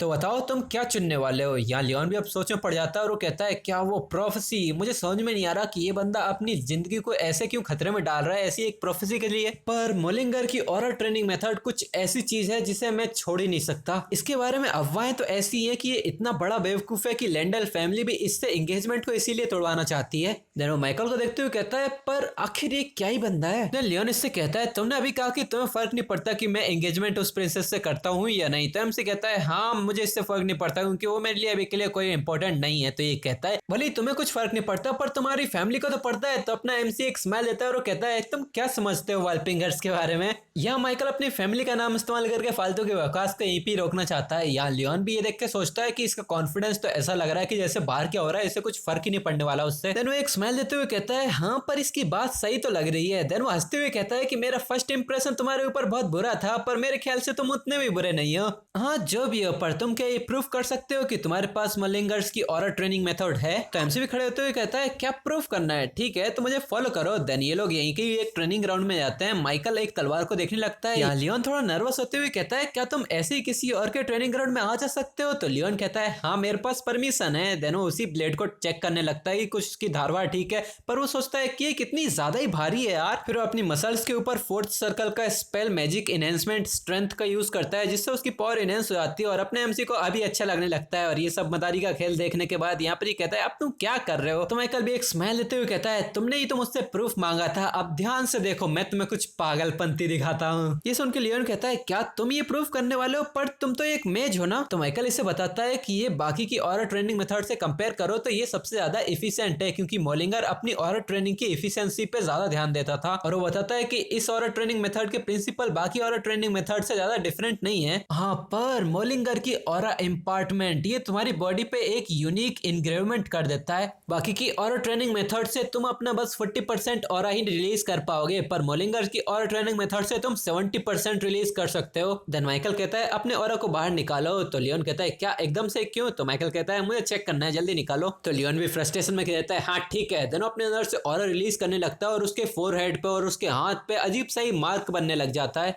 और माइकल भी ये सब देख रहा था और वो सोचता है कि ये उतना भी अलग नहीं है, ये डेफिनेटली मोलिंगर के ऑरर ट्रेनिंग मेथड के ही इंक्रीवमेंट हैं। और वो कहता है कि तुमने इसके हाफ को सीख लिया है। तो यहाँ पर लियोन कहता है ये बस मेरी लिमिट है, मैं इससे ज्यादा नहीं कर सकता। या माइकल कहता है कि मैं उतना भी ज्यादा सरप्राइज नहीं हूँ कि कैसे तुमने मोलिंगर की ऑरर ट्रेनिंग मैनुअल का पता लगाया। तो यहाँ लियोन कहता है मैं बस थोड़ा सा लकी हो गया था, उस समय मैंने ट्रेनिंग मेथड ढूंढने में कुछ ज्यादा ही लंबा समय लगा दिया था, वो तो मेरे फादर की वजह से मुझे ये ट्रेनिंग मेथड मिल गई। देनो इसके बारे में सोचता है और वो बताता है कि मैंने जब इसको प्रैक्टिस किया तब जाके मुझे रियलाइज हुआ कि ये बस मुश्किल से आधी ही है। ये देख के माइकल सोचता है हाँ ऐसी गलतियां होती रहती हैं क्योंकि वैसे भी लियोन का भी ये पहली बार होगा ऑरर ट्रेनिंग मेथड सीखना। देनो अपने पास्ट लाइफ की याद करता है जहां लियोन ने ये मान लिया था कि अब उसका अंत आ गया है और उसने उस टाइम पे उस मोलिंगर की ऑरर ट्रेनिंग मेथड को कंप्लीट कर लिया था खुद से ही और उसने उस पूरी टेक्निक को एमसी को ट्रांसफर कर दिया था। और यहाँ पर एमसी सोचता है मुझे नहीं लगा था कि ऐसा भी कभी होने ही वाला है, पर अब मैं इसके टेक्निक को इसी को ही पास डाउन करने वाला हूँ। देन माइकल अपनी तलवार निकालते हुए कहता है मैं बस ये कुछ ही बार कर पाऊंगा, तो ध्यान से देखना। देनो अपनी तलवार लेके अच्छे से अपना ऑरर रिलीज करने लगता है। देन उसके हाथों पे वही इंग्रेवमेंट्स बनने लगती हैं और वो अपनी ऑरर ट्रेनिंग मेथड को कल्टीवेट करने लगता है। ये देख के यहाँ लियोन भी बहुत हैरान हो गया था और वो हैरानी से चिल्लाता है नो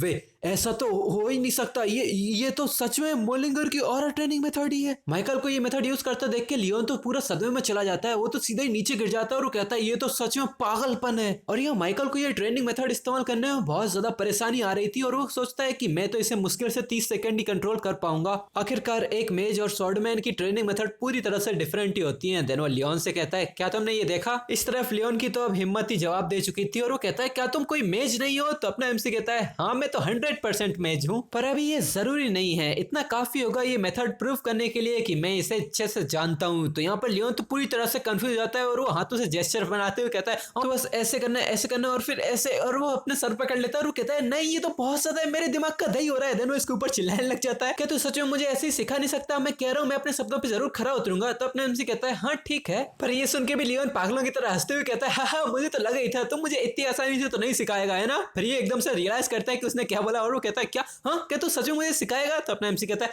ऑफ कोर्स मैं सिखाऊंगा। फिर वो पीछे मुड़ते हुए कहता है ये तो ऑब्वियस सी बात है कि मैं किसी और की जगह पे तो मैं तुझे इतनी सीक्रेट मेथड नहीं सिखा सकता, जब तू मेरी वालपिंगेस हाउस में आएगा तब मैं तुझे ये सिखा दूंगा। यहाँ लियोन एक परेशानी भरा चेहरा बनाते हुए कहता है क्या इतनी आसानी से? पर वेट तू कहाँ जा रहा है? तो एमसी कहता है कि हाँ मेरा काम तो हो गया, तो अब मैं वापस जा रहा हूँ। ये सुनने के बावजूद लियोन पीछे से इसको चिल्लाने लग जाता है अगर तूने वहां पे आया और नहीं सिखाया ना तू सच में एक सन ऑफ अ बिच होगा, अगर तूने नहीं सिखाया तो मैं सोच लेना तूने वादा किया है। पर लियोन को पता था ये बहुत ही ज्यादा पागल बंदा है, तो इस तो सब कुछ इग्नोर करते हुए सीधे ही पैलेस में अंदर जाने लगता है और वो अंदर जाते जाते किसी की आवाज सुनता है हाँ माइकल। तो अपना एमसी भी उसकी तरफ मुड़ता है और वो देखता है बगल में ही काउंट खड़े थे। तो अपना एमसी भी कहता है मैं जाने से पहले आपसे मिलने ही वाला था, मुझे नहीं लगा था कि आप मुझे यहीं पर ही मिल जाएंगे। तो काउंट भी अपनी शांत आवाज में कहता है तुम अभी इतनी जल्दी जा रहे हो? वेल मेरे ख्याल से तुम यहाँ जो करने आए थे वो सब तो तुम कर ही चुके हो, तो इसीलिए अब जा ही रहे हो। तो एमसी भी समझ जाता है कि ये सिल्ली ओल्ड मैन इसने सब कुछ सुन लिया। देन वो इसकी टांग खींचते हुए कहता है आप तो सच में बहुत ज्यादा पावरफुल हो, इतने पावरफुल कि आपको तो ये सब सुनने में कोई ज्यादा मुश्किल भी नहीं हुई होगी। और यहाँ देखो इसकी शक्ल देख के साफ साफ पता चल रहा है ना कि ये किसी ऐसे बंदे की शक्ल है जिसकी चोरी अभी अभी पकड़ी गई हो। देन वो कहता है हाँ मैंने सब कुछ सुन लिया। देन वो इसके सामने माफी मांगते हुए कहता है मैं सबसे पहले तुमसे और तुम्हारी वालपर्गियस फैमिली से माफी मांगना चाहता हूँ, और रही बात कंपनसेशन की वो सब कुछ मैं तुम पे डिसाइड करने के लिए छोड़ता हूँ। या माइकल मन में सोच रहा था कि ये तो कितना सरप्राइजिंग बात है, इसे तो पता भी नहीं है कि मैं आगे चल के क्या मांगने वाला हूँ। देन वो कहता है तो आपने डिसीजन बना लिया? देन वो कहता है हाँ अब आपने सीन बना ही दिया है। तो और यह माइकल सोच रहा था कि इसका पेशेंस तो सच में अच्छा है, ये एम्पायर की लार्ज फैमिली में से एक में आता है तो इसका इतना पेशेंस तो होना ही चाहिए। यहाँ पर वो कहता है मैं पहले आपसे ये माफी मांगना चाहता हूँ, बिना बताए मैं यहाँ पर आ गया और मैं आशा करता हूँ कि लियोन के साथ आपकी बेटी का मैरिज प्रपोजल अच्छा जाए। यहाँ काउंट कहता है क्या मैरिज? मैंने जितना सोचा था तुम्हारे पास उससे भी ज्यादा काला हार्ट है, जिस मैरिज के बारे में तुम बात कर रहे हो वो तो तुम पहले ही मिट्टी में मिला चुके हो। तो माइकल भी हंसते हुए कहता है हो ये तो सच में बहुत ही बुरा हुआ। तो काउंट भी कहता है मेरे ख्याल से सब कुछ वैसा ही हुआ है जैसा तुम चाहते थे। तो अपना एमसी कहता है नहीं ये आप क्या कह रहे हैं, ये तो सच में एक मिसअंडरस्टैंडिंग है। और वो मन में सोच रहा था मैंने बस लियोन को एक और ऑप्शन दिया है, वैसे भी लियोन की पर्सनैलिटी सच में बहुत ज्यादा स्ट्रिक्ट है, उसने सोचा होगा कि ये एंगेजमेंट अब इसलिए टूटी थी क्योंकि तुम लोग ज्यादा अच्छे नहीं होगे। यहाँ काउंट भी यही सब सोच के अपना सर पकड़े हुआ था। देन वो एकदम से माइकल की तरफ देखता है और वो उससे पूछता है वैसे मैं तुमसे एक सवाल पूछना चाहता हूँ, तुम्हें क्या लगता है क्या हम वालपर्गियस का ट्रस्ट फिर से कभी जीत पाएंगे?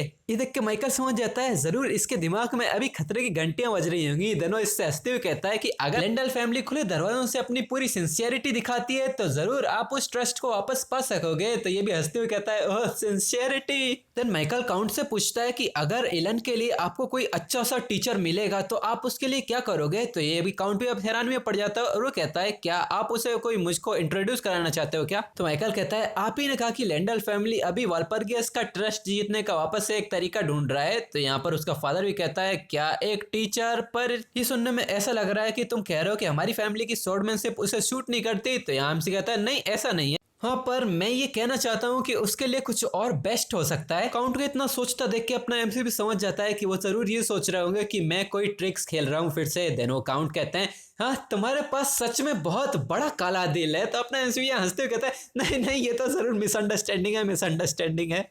जैसा कि हमने लास्ट एपिसोड में देखा था इस दुनिया के सबसे ताकतवर मैजिशियन माइकल रिग्रेस होकर अपने पास्ट में आ चुका है। पिछले एपिसोड में एमसी ने अपनी मैरिज का मैटर पूरा सॉर्ट आउट कर लिया था और उसने एक नया साथी भी बनाया था। अब माइकल फिर से अपने घर आ चुका है जहां पर उसका पापा उसके सर पे हाथ फेरते हुए कहता है मैंने तेरी खबर सुनी बेटे, मुझे तो तेरे ऊपर पूरा भरोसा था, और नहीं तो क्या मेरे बेटे के अलावा और कौन ही उन लैंडल्स का पर्दाफाश कर सकता था।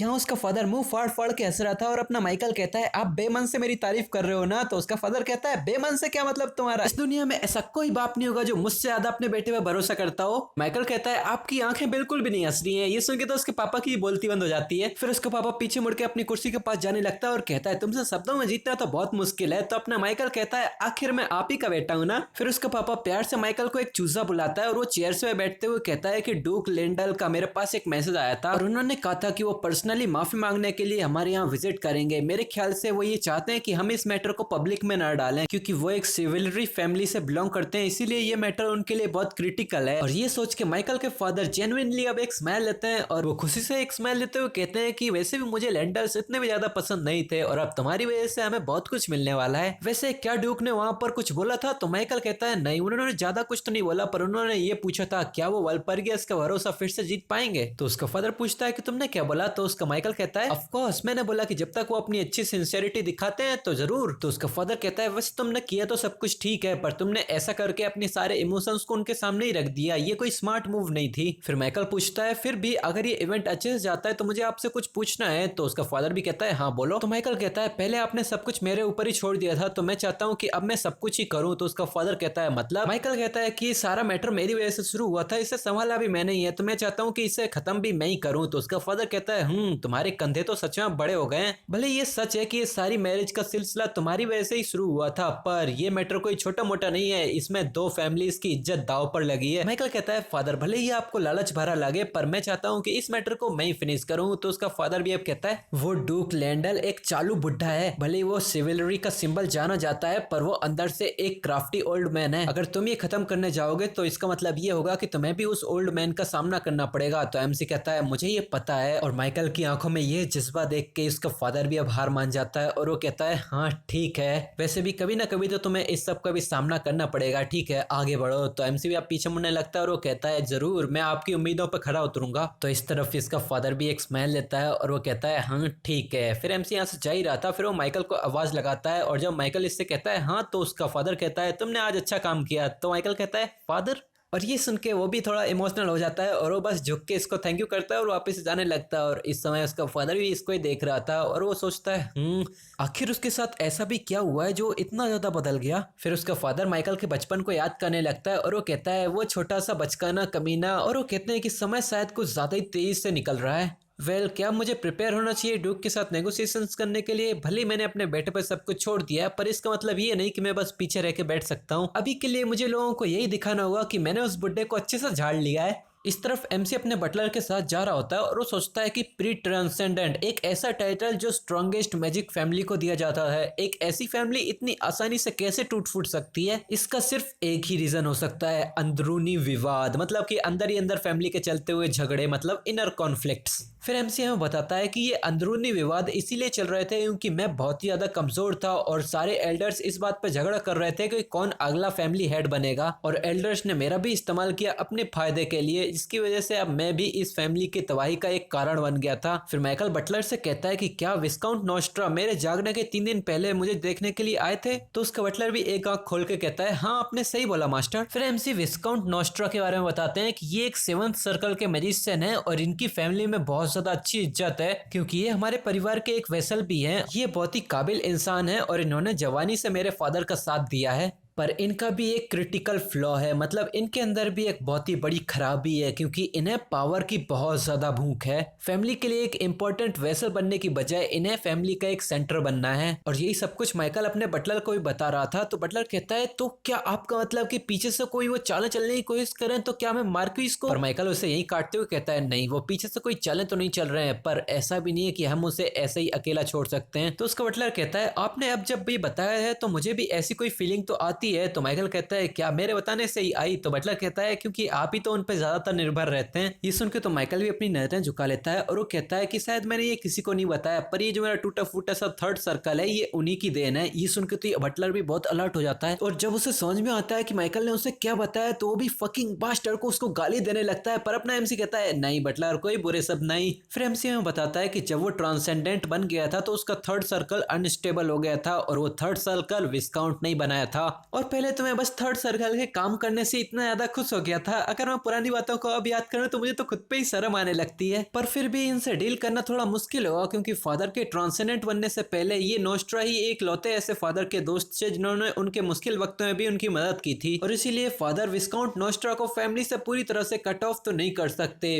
पर उन्हें शायद ये नहीं पता कि ये ही हमारी फैमिली की तबाही की शुरुआत बनेंगे, और इसीलिए मैं ये सब होने नहीं दे सकता। देन वो बटलर से कहता है कि विस्काउंट को मेरे रूम में बुला देना। तो बटलर कहता है क्या एकदम से, पर वो कोई ऐसे इंसान नहीं है कि आप बुलाओगे और वो ऐसे ही आ जाएंगे। तो एमसी एक लोमड़ियों जैसी स्माइल देते हुए कहता है कि तुम इसके बारे में चिंता मत करो, इस समय तो वो खुद यही सोच रहे होंगे कि कब मैं उन्हें बुलाऊं। और बस थोड़ी ही देर में विस्काउंट यहाँ पर आ भी जाते हैं और वो कहते हैं कि यंग मास्टर क्या आपने मुझे बुलाया? तो एमसी कहता है हाँ अंदर आ जाइए। तो एमसी कहता है क्या आपने बटलर से सुना? तो यहाँ नोस्ट्रा कहता है हाँ मैंने बटलर से सुना कि आप मुझे याद कर रहे हो, तो मैं आ गया और मैंने सोचा कि क्या आपने अब डिसीजन बना लिया है, तो क्या अब आप मेरे स्टूडेंट बनने के लिए तैयार हो? तो अपने एमसी कहता है ओ इसके बारे में मेरे पास आपके लिए एक प्रपोजल है। तो विस्काउंट नोस्ट्रा भी अब कंफ्यूज जाता है और वो कहता है क्या, कौन सा प्रपोजल? तो अपना एमसी उसकी तरफ उंगली करते हुए कहता है तुम और मैं चलो बिना सर्कल्स के लड़ाई करते हैं। फिर एमसी पास्ट के बारे में सोचता है और हमें बताता है कि मुझे साफ साफ याद है कि कैसे इन लोगों ने वल्परगियस फैमिली को पूरी तरह से डिस्ट्रॉय किया था। उस समय विस्काउंट नोस्ट्रा जिनके पास शक्ति थी उन्होंने ही हमारी फैमिली के ऊपर तबाही ला दी। आधी मरी हुई फैमिली जो मुश्किल से सरवाइव कर रही थी, एक ऐसी सिचुएशन जिसमें हम मुश्किल से सांस ले पा रहे थे, वहाँ डीमन गॉड के डिसाइपल्स आ धमकते हैं। मेरे फादर जो फैमिली के बेस्ट मेज थे, लंबे समय से बेड रिटर्न थे, मतलब कि उनको कोई बीमारी हो गई होगी इसीलिए वो बेड पे ही पड़े थे। तो बाकी हाई लेवल के मेजर्स ने पहले ही फैमिली को छोड़ दिया, वहां कोई भी हमें इनके सामने डिफेंड करने के लिए नहीं था। पर तभी कोई आगे आता है, विस्काउंट नोस्ट्रा हमारी आखिरी उम्मीद, इस फैमिली के 8th सर्कल मैजिशियन। जिस समय सभी लोग अपनी सांसें थामे उन्हें देख रहे थे, उसी समय मैं भी उन्हें थोड़ी उम्मीदें लगाकर देख रहा था। मैं ये सोच रहा था कि वो किस तरह का मैजिक हमें दिखाने वाले हैं और कैसे वो इन घमंडी डीमन गॉड के डिसाइपल्स को सबक सिखाएंगे। और मेरी उम्मीदों पे उनका जवाब था ये, जी हाँ, उन्होंने खुद ही उनके सामने झुक के सरेंडर कर दिया। इसी तरह मेरी उम्मीदों का मजाक बन गया और मेरी पूरी फैमिली अब पूरी तरह से टूट चुकी थी, और इसीलिए मैंने इससे लड़ाई लड़ने का डिसाइड किया है और कुछ भी करके मैं इसे मार मार के इसकी गुद्दी तोड़ दूंगा। और यहाँ एमसी के लड़ाई का प्रपोजल सुन के तो इसके मुंह से कुछ भी नहीं निकलता और ये बस आऊं ही करता रहता है। तो अपना एमसी कहता है मुझे विस्काउंट से सीखने में कोई प्रॉब्लम नहीं है, पर मैं ये बिल्कुल श्योर नहीं हूँ कि क्या मैं इसके लायक भी हूँ। तो विस्काउंट कहता है क्या आपके कहने का मतलब क्या है? तो एमसी कहता है कि किसी को तब तक कुछ भी पता नहीं चलता जब तक वो चीज वो खुद ही फील ना करें, इसीलिए मैं भी अभी पक्का श्योर नहीं हूँ कि क्या विस्काउंट के पास मुझे सिखाने लायक कुछ स्किल्स हैं भी।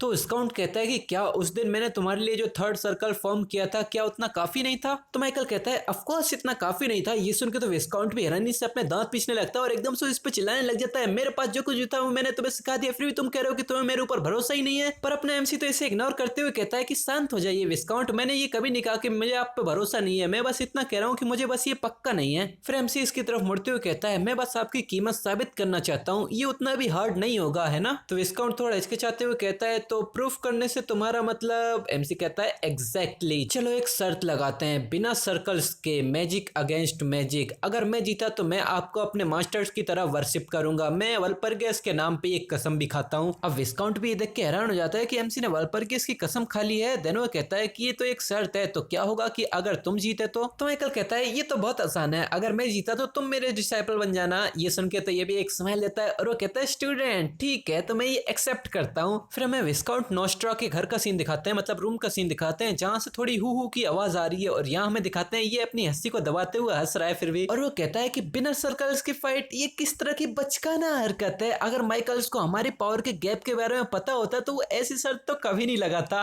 और वो खुद को माइकल से ऊंची पोजीशन में सोचते हुए कहता है कि बिगिनर्स की पावर लिमिटेड हो जाती है, भले ही वो वल्परगियस की ब्लड लाइन से ही क्यों ना हो। माइकल तो बस एक पिंजरे में फंसी हुई एक चिड़िया है जिसने दुनिया के बारे में कुछ नहीं जाना, पर इसने फिर भी एक ऐसा चैलेंज दिया है तो ये थोड़ा सा बदला बदला तो लग रहा है। पर मेरा गोल फैमिली का हेड बनना तो नहीं है क्योंकि ये इम्पॉसिबल है, पर एक ऐसी पोजीशन पे पहुंचना जहां फैमिली हेड भी कुछ ना कर सके, यही मेरा गोल है। और मेरे इस गोल तक पहुंचाने वाली एक ऐसी अपॉर्चुनिटी मेरे पास खुद ही चल के आ गई। और यहाँ वो पागलों की तरह हाथ फैलाते हुए चिल्लाता है यस, ये तो एक अपॉर्चुनिटी है, एक ऐसी अपॉर्चुनिटी जिससे मैं वल्परगियस मैजिक फैमिली की हिस्ट्री में आ सकता हूँ। माइकल जिसका सर्कल मैंने भले ही फोर्सफुली बनाया हो, पर फिर भी ये मेरी टेक्निक्स के लिए इतना ज्यादा लालची है। वो पागल खुसट बुड्ढे की तरह जोर जोर से हंसते हुए चिल्लाता है, हाँ मैं एक तुम्हारा मास्टर बनूंगा और मैं वालपरिगेस का सेंटर बन जाऊंगा। इसी बहुत जोर जोर से हंसने लगता है तो बटलर भी वहां से डर के मारे भागने लगता है। फिर हमें अगले दिन का सीन दिखाते हैं जहां पर कोई यंग मास्टर चिल्लाते हुए एमसी के पास आता है। तो माइकल भी आवाज पहचानते हुए कहता है, अंदर आ जाओ बटलर। तो उसका बटलर भी हड़बड़ाहट में दरवाजा खोलता है और वो कहता है, मैंने सुना आपने विस्काउंट नोस्ट्रो से बैटल फिक्स करवाई है। जिस पे माइकल हाँ करता है और वो मन में सोचता है कि शायद विस्काउंट ने सारी न्यूज को चारों तरफ फैला दिया। वो सोच रहे हो कि मैं अपने शब्दों से वापस चला जाऊंगा, पर मेरा तो ऐसा करने का कोई इरादा नहीं है।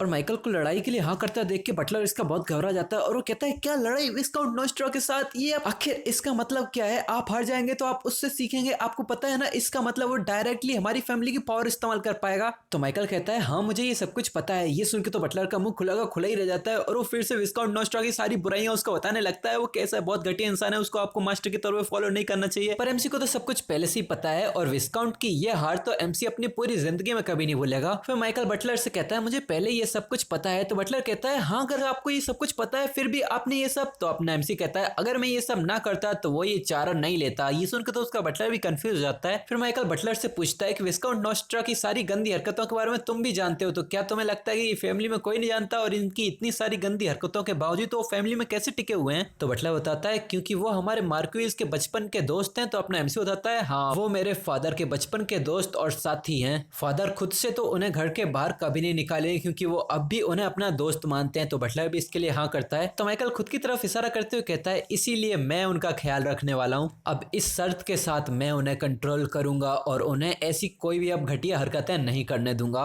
फिर एमसी बताता है कि एक मेज के लिए बेट क्या होती है। वो बताता है कि मैजिक एक भाषा से ही कंप्लीट होता है और एक बेट इसी भाषा की एक प्रॉमिस वेव होती है और अगर तुम इस बेट को तोड़ देते हो तो मैजिक खुद ही तुम्हें छोड़ देता है। इसका मतलब अगर मैं ये फाइट जीत जाता हूँ तो विस्काउंट नोस्ट्रो मेरे कंट्रोल में होंगे और यही तो मैं चाहता हूँ। और यही सब कुछ अपना एमसी बटलर को भी बता रहा था। तो बटलर कहता है, हाँ आपका अच्छा प्लान है, पर ये तो कितना बचकाना नहीं हो गया कि आप विस्काउंट को बीट कर पाएंगे? क्या आप सच में उन्हें डिफीट भी कर सकते हैं? तो माइकल कहता है, मैं उसे हरा सकता हूँ कि नहीं? बटलर मैं तुम्हें एक गारंटी देता हूँ कि विस्काउंट नोस्ट्रो मुझे कभी नहीं हरा सकते। तो बटलर पूछता है कि और ऐसा कैसे होगा? तो अपना एमसी बताता है, क्योंकि मैंने उनके लिए एक कंडीशन रखी है, वो इसी सर्कल का मैजिक इस्तेमाल कर सकते हैं जहां पर मैं हूं। और माइकल की ये कंडीशन सुनने के बाद तो उसका बटलर बिल्कुल ही चुप रह जाता है, उसके मुंह से एक शब्द भी नहीं निकलते और वो बिल्कुल अपनी आंखें नीचे करते हुए कहता है, ओ तो 7th सर्कल का मैजिक अगर सिर्फ 4th सर्कल का ही मैजिक इस्तेमाल करेगा तो आप उससे हरा सकते हो?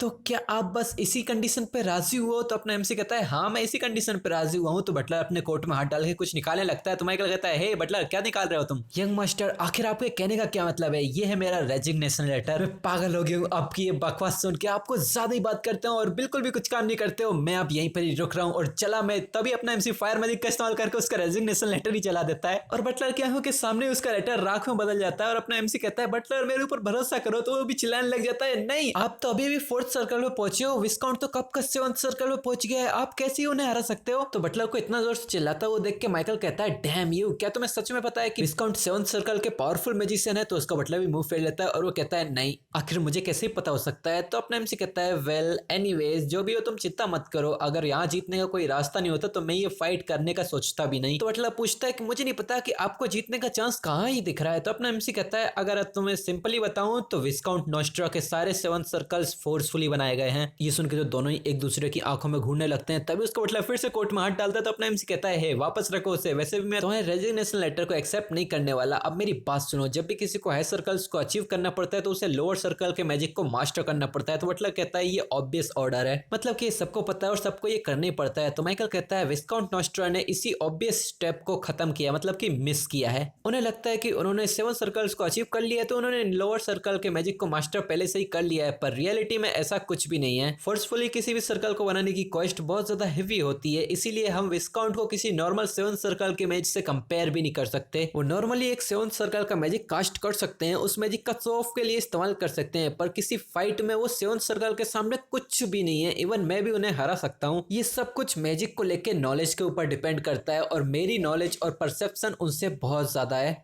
फिर माइकल अपने फादर को जाके भी यही बताता है कि वो मुझसे कभी नहीं जीत सकते। तो उसका फादर कहते हैं क्या इतना कॉन्फिडेंस? तो माइकल कहता है हाँ मुझे पता है कि आपको इस ड्यूल के बारे में पहले ही पता चल गया होगा, इसीलिए मैं आपको इनवाइट कर रहा हूँ उस ड्यूल को वॉच करने के लिए। ये सुन के तो उसका फादर भी अपने गुस्से को रोकने के लिए थोड़ा सा शांत रहता है और फिर वो कहता है कि बस एक ही दिन पास हुआ जब तूने कहा था कि तू लैंडल के बिजनेस को खुद से हैंडल करेगा, तो अब ये क्या बकचोदी है? जब मैं तेरे हाथ पैर तोड़ के एक रूम में फेंक दूंगा तब जाके तो ये समझ में आएगी क्या?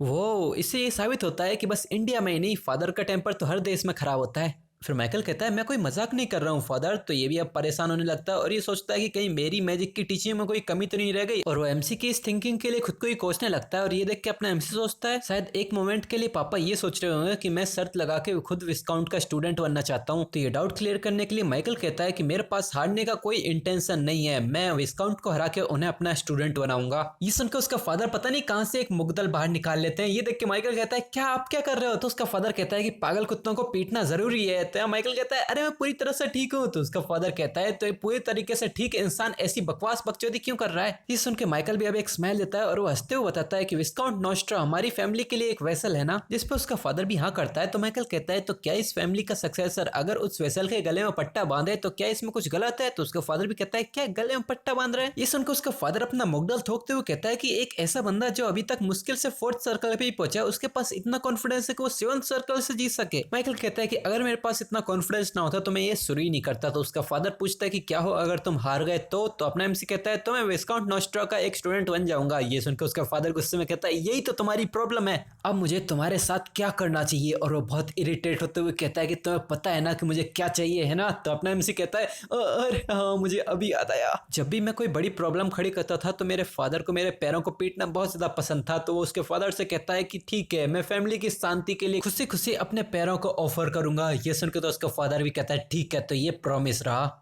वाह यार, फादर एंड सन के बीच में अच्छा फ्रेंडली रिलेशन लग रहा है। फिर एमसी बाहर निकलते हुए सोचता है कि चलो अब बैटल प्लान तो सेट है, और फिर वो एक गहरी सांस भरते हुए सोचता है कि अब जबकि मुझे फादर की परमिशन मिल ही गई है तो अब बस एक ही चीज बची है, विस्काउंट को क्रश करना। उन्हें तो अभी पक्का लग रहा होगा कि वो ही जीतेंगे, और अभी वो यही सोच रहे होंगे कि कैसे मुझे जल्द से जल्द सबमिट करा के इस फैमिली को कंज्यूम किया जाए। इस सब याद करके अपना एमसी हंसते हुए कहता है हाँ ये तो फनी भी नहीं है, जब मैं ट्रांसेंडेंट बना था तब तो तुम एक प्रॉपर मेज भी नहीं थे। और वो एकदम पागलों वाली स्माइल देते हुए कहता है कि मैं पक्का ही इसे मसल दूंगा। फिर माइकल वालपर्गियस फैमिली के प्रैक्टिस रूम में आ जाता है। जी हाँ, ये इतना बड़ा तुमको दिख रहा है, ये इनका प्रैक्टिस रूम है बस। ये देख के माइकल कहता है कि ये तो हमेशा के जैसा ही है, ये 6th सर्कल के मैजिक अटैक्स को आसानी से झेल सकता है, यहाँ पर हर तरीके के वेपन्स बैरियर्स सब कुछ है, ऐसे ही इसे वालपर्गियस फैमिली नहीं कहा जाता, और ये इम्पैक्ट रेसिस्टेंट ही बनाया है। बेसिकली मैं यहाँ कुछ भी कर सकता हूँ। फिर वो अपने हाथ में मैजिक मिसाइल को एक्टिवेट करता है और इसे थ्रो करता है, और ये मैजिक मिसाइल घूमते हुए जाके कहीं पर जाने लगती है और अपने एमसी भी इसको घूरने लगता है। और वो बताता है कि मैजिक मिसाइल 1 सर्कल का मैजिक है, और इसे 1 सर्कल में इसीलिए काउंट किया जाता है क्योंकि इसे बनाने के लिए कुछ ही कैलकुलेशन की जाती हैं, पर ज्यादातर मैजेस इसे कर सकते हैं, इसीलिए इसे मोस्ट बेसिक मैजिक या फिर लिमिटलेस पॉसिबिलिटी वाला मैजिक भी कहा जाता है। पर एक्सपीरियंस की मदद से कोई मेज इस सिंपल सी मिसाइल को हार्डेस्ट मिसाइल बना सकता है। अगर मैं इसका एग्जांपल दूं तो सिंपल सी मिसाइल किसी टारगेट पे जाके टकराती है, पर मैं इसे कंट्रोलेबल मिसाइल भी बना सकता हूं। वो अपने हाथों से कुछ इशारा करता है जिसकी हेल्प से वो सिंगल मिसाइल इधर उधर जाके टकरा के एक दूर जाके बहुत ही पावरफुल सा धमाका करती है, और अपना एमसीए देख के सोचता है अब इसे बनाने की डिफिकल्टी कई गुना ज्यादा बढ़ चुकी है, और थोड़ी बहुत और कैलकुलेशन के बाद ये एटलीस्ट 5th सर्कल का मैजिक तो हो गई। फिर वो कहता है एक्सप्लोड, और हमें दिखाते हैं आसमान में एक बहुत ही बड़ा धमाका होता है। फिर वो बताता है कि मैंने बस उस मैजिक मिसाइल के अंदर का माना को फोर्सफुली बाहर निकाला और उसे एक्सप्लोड करवाया,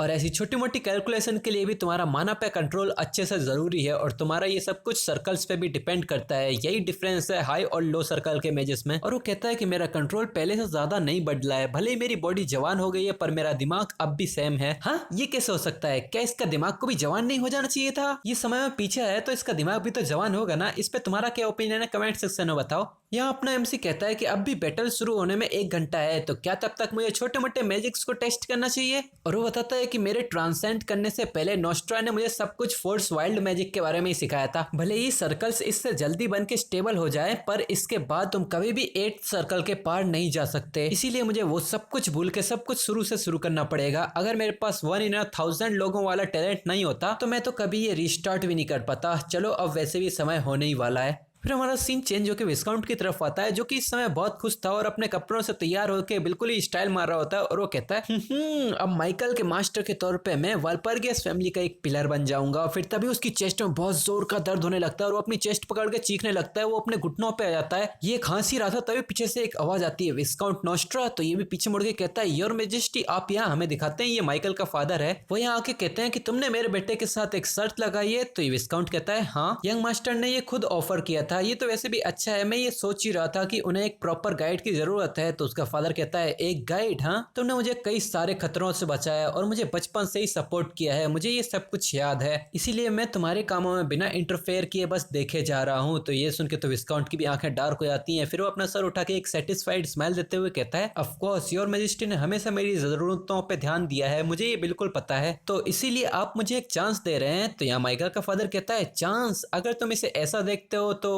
ठीक है। और वो आगे बढ़ने लगते हैं। तो विस्काउंट पीछे से कहता है, मुझे पक्का नहीं है कि आपके कहने का मतलब क्या है। तो उसका फादर कहता है, नहीं, अगर तुम यही सब देखते हो तो मुझे बैटल से पहले तुमसे कुछ नहीं कहना। इसके बाद माइकल के फादर यहाँ से चले जाते हैं और विस्काउंट उनको देखते ही रह जाते हैं। फिर हमारा सीन चेंज होकर माइकल पे आता है, जो कि लड़ाई के लिए बिल्कुल तैयार है। वहीं उसके फादर आके कहते हैं, क्या तुम तैयार हो? तो माइकल कहता है, ओ, आप तो जल्दी आ गए। तो उसका फादर कहता है, जैसा कि तुम चाहते थे, मैं तुम्हारी बैटल का इकलौता विटनेस बनूंगा और इसके रिजल्ट यहाँ से बाहर नहीं जाएंगे। हाँ, पर तुम्हें ध्यान से चुनना चाहिए, क्योंकि इस बैटल का प्राइस कोई हल्की चीज नहीं है, क्योंकि यहाँ से अब कोई वापस नहीं जा सकता। तभी विस्काउंट यहाँ पे हंसते हुए आता है और वो कहता है, यंग मास्टर ने तो पहले ही अपनी चॉइस कर ली है, वैसे भी वाल्परगियस फैमिली के हेयर कोई की बातें करते ही नहीं है। जो सुन के माइकल और उसका फादर दोनों ही चुप रह जाते हैं। देन माइकल का फादर अपने हाथ को आगे बढ़ाता है, जिसके अंदर से बहुत सारी मैजिकल चेन्स निकलती हैं जो विस्काउंट की तरफ ही घूमने लगती हैं। उसका फादर कहता है, विस्काउंट नोस्ट्रा, एग्रीमेंट के अकॉर्डिंग मैंने तुम्हारे सर्कल्स को सील कर दिया है और तुम फोर्थ सर्कल के ऊपर के कोई मैजिक का इस्तेमाल नहीं कर सकते। तो विस्काउंट भी जोर से हंसते हुए चिल्लाता है, मुझे ये मंजूर है। देन विस्काउंट माइकल से कहता है, क्या तुम तैयार हो? तो माइकल कहता है, of course, I am ready. Then viscount अपना मैजिक कास्ट करते हुए कहता है, चलो मुझे तुम्हें एक सबक सिखाने दो। और इस समय विस्काउंट स्लो मैजिक का इस्तेमाल कर रहे थे, जिसे देख के माइकल कहता है, शुरुआत से ही एक डिबफ मैजिक लगता है वो मुझे स्लो करके आराम से जीतना चाहते हैं। जिसके जवाब में अपना एमसी बिना कोई इमोशन दिखाए अपने कंफ्यूजन मैजिक का इस्तेमाल करता है, जिसे देख के तो विस्काउंट भी बहुत हैरान हो जाता है। वो कहता है, क्या कंफ्यूजन मैजिक? जिससे उसका मैजिक भी बिल्कुल रुक जाता है। मतलब कंफ्यूजन की वजह से वो अपना स्लो मैजिक का इस्तेमाल ही नहीं कर पाते और उनका माना एटमॉस्फेयर में ही फैल जाता है। और ये परेशानी से गुस्से में चिल्लाते हैं, कैसे? ये तो फोर्थ सर्कल मैजिक का सबसे ज्यादा डिफिकल्ट स्पेल है, तुमने इतने डिफिकल्ट मैजिक को इतनी जल्दी कैसे सीख लिया? जिसपे माइकल कहता है, तुम्हें ये जानने की जरूरत नहीं है। तो अभी विस्काउंट भी बहुत गुस्सा हो जाते हैं। देन वो अपनी चमचमाते हुए स्टाफ को आगे करते हैं और वो फायरवॉल, विंड कटर को चिल्लाते हैं, जिससे वो दो मैजिक का एक साथ ही इस्तेमाल करने लगते हैं। और वो कहते हैं, चलो अब मैं तुम्हें सिखाता हूँ कि सर्कल्स के बीच के गैप के अंदर सिर्फ मैजिक के अलग अलग टाइप्स ही नहीं होते।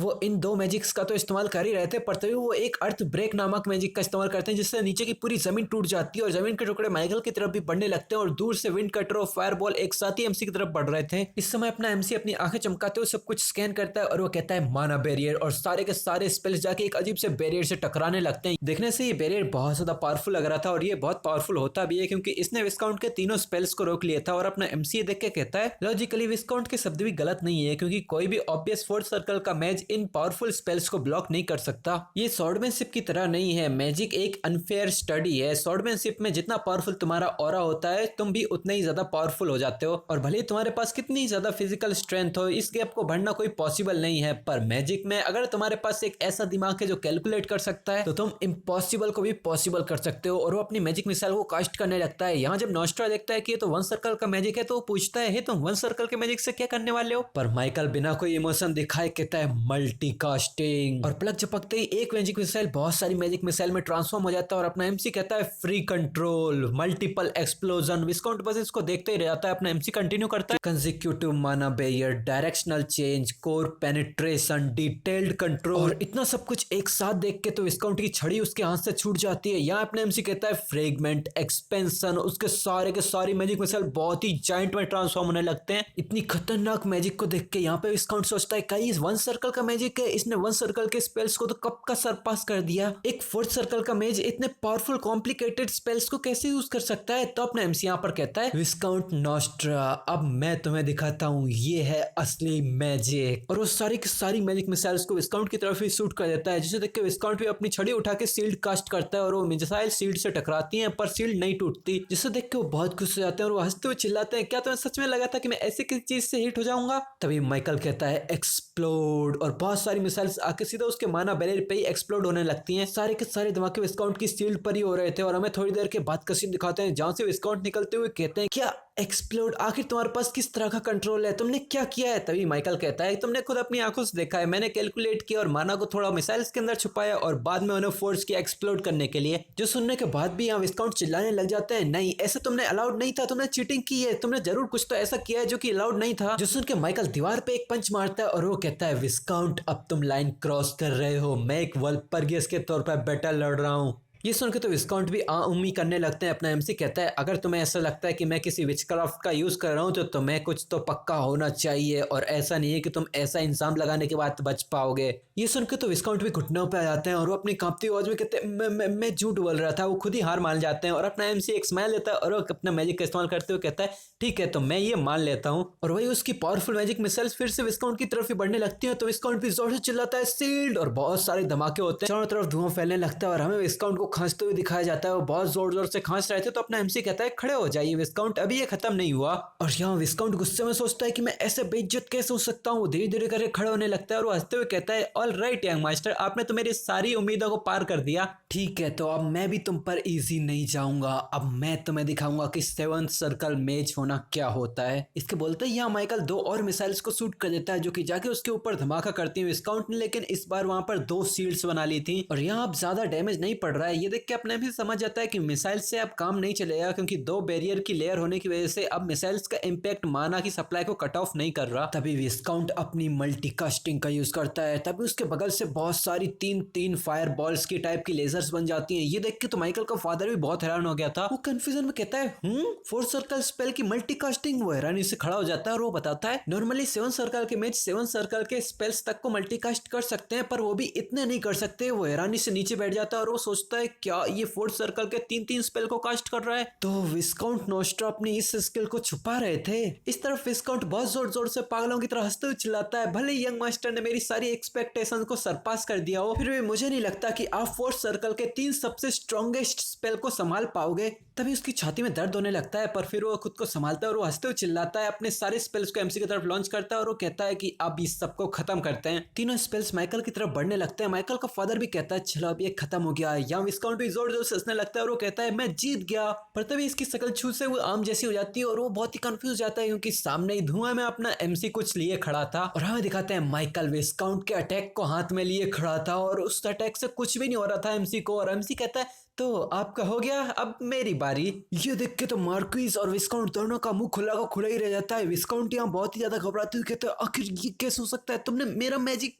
तभी एमसी उसका मैजिक पकड़ते हुए वहीं पे डिस्ट्रॉय कर देता है और वो कहता है, तुम्हारे कहने का क्या मतलब है, मैंने बस इसे डिस्ट्रॉय कर दिया। ये देख के तो विस्काउंट भी पागल होने लगता है और वो कहता है, एक नया नया फोर्थ सर्कल का मैज मेरे मैजिक को डिस्ट्रॉय नहीं कर सकता, ये तो पॉसिबल ही नहीं है। तो एमसी कहता है, तुम इतने भी ज्यादा सरप्राइज क्यों हो, मैजिक का ये गिफ्ट सबसे ज्यादा टैलेंट पर डिपेंड करता है। फिर एमसी होता था, टैलेंट का गैप बहुत ज्यादा होता है, भले ही विस्काउंट कितनी ज्यादा मेहनत कर ले वो टैलेंट गैप को इतनी आसानी से नहीं भर सकते। इसीलिए तो कहते हैं कि मैजिक एक अनफेयर स्टडी है। यहाँ पर तो विस्काउंट अब बहुत ज्यादा गुस्सा जाता है और वो गुस्से में चिल्लाता है कि तुम्हारे कहने का मतलब कि मैं तुमसे कम टैलेंटेड हूँ। तो एमसी भी एक कॉकी स्माइल देते हुए कहता है, अगर ऐसा नहीं है तो साबित करो। तो अब विस्काउंट भी अपनी छड़ी फेंक देता है और दोनों हाथों को आगे करते हुए चिल्लाता है, I spare demon head sharpness magic. वो तीन तीन स्पेल्स को एमसी की तरफ बढ़ा देता है पर अपना एमसी सिर्फ एक स्पेल बोलता है, मैजिक मिसाइल। और अब यहाँ पर विस्काउंट के तीन मैजिक और अपने एमसी का सिर्फ एक मैजिक जाता है पर फिर भी विस्काउंट का मैजिक वहीं पर ही ब्रेक हो जाता है। तो विस्काउंट भी पूछता है, क्या तुम मेरे मैजिक को इतनी आसानी से कैसे ब्रेक कर सकते हो? तो अपना एमसी कहता है, मैंने बस ओवरवेलमिंग मैजिक पावर का इस्तेमाल किया है। ये देख के तो यहाँ विस्काउंट भी बहुत हैरान हो जाता है। वो कहता है,